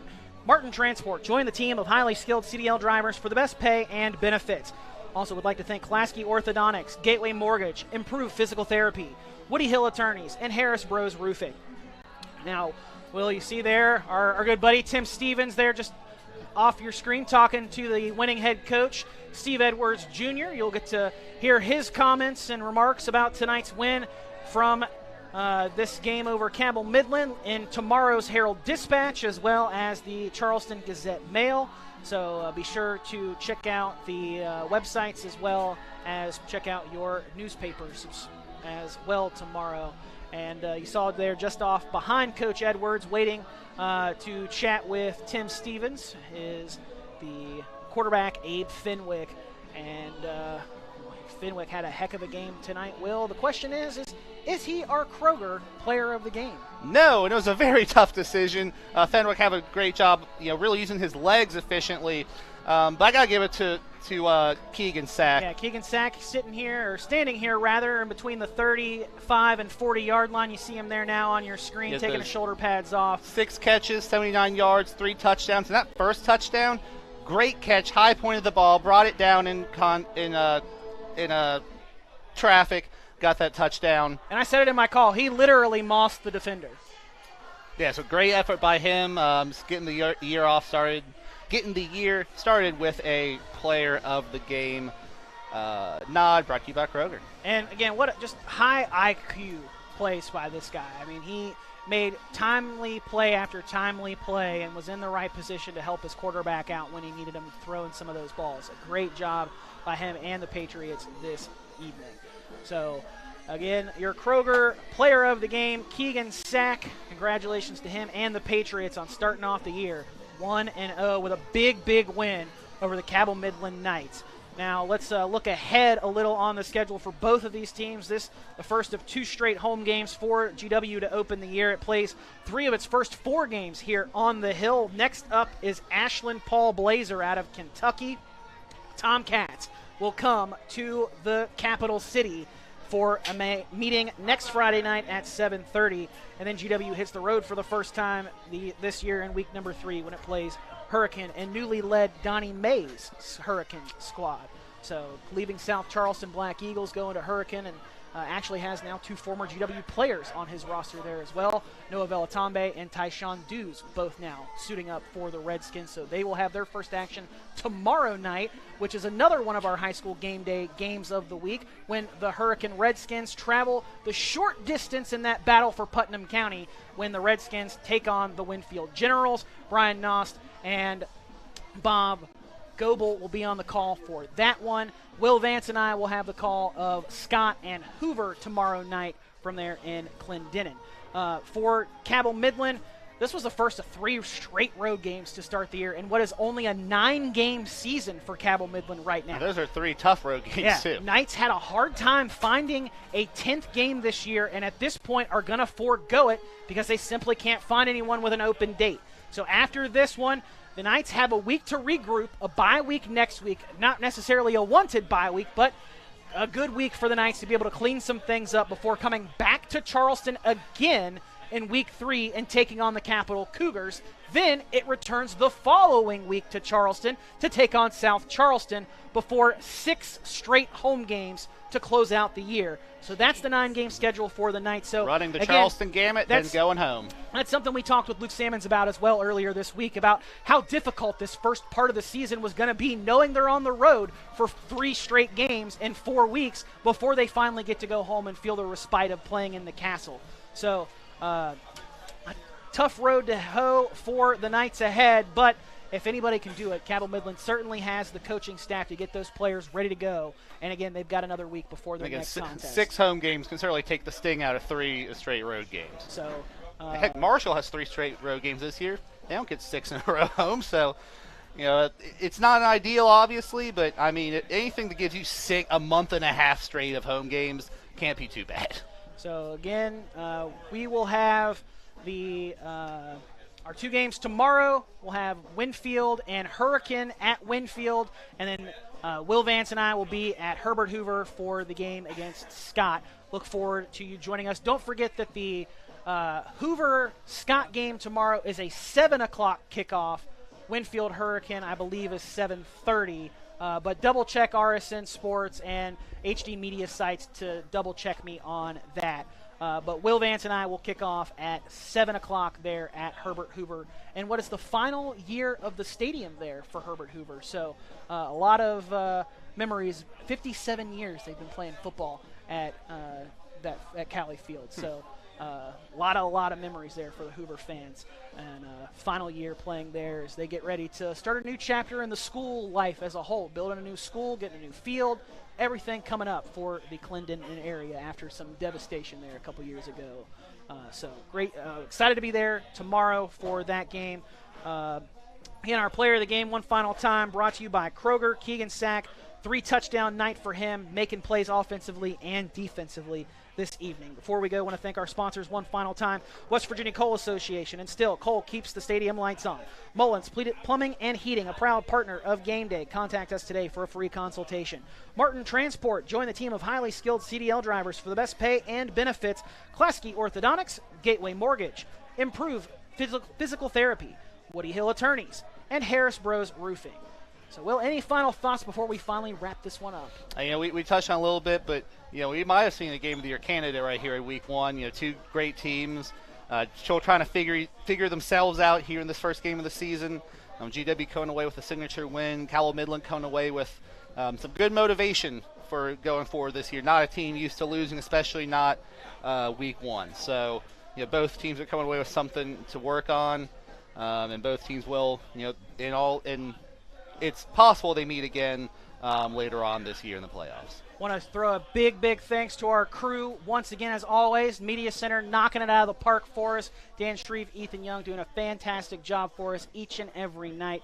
Excited to be here with them in our Frontier Communications broadcast booth. That does it for us here on our high school game day Thursday game of the week, brought to you by Parmar Stores. GW wins 28-21 in exciting fashion here on the hill over Cabell Midland. For for Will Vance and our Media Center crew, I'm Adam Rogers. It's been a long night. Have a great one. We'll see you tomorrow.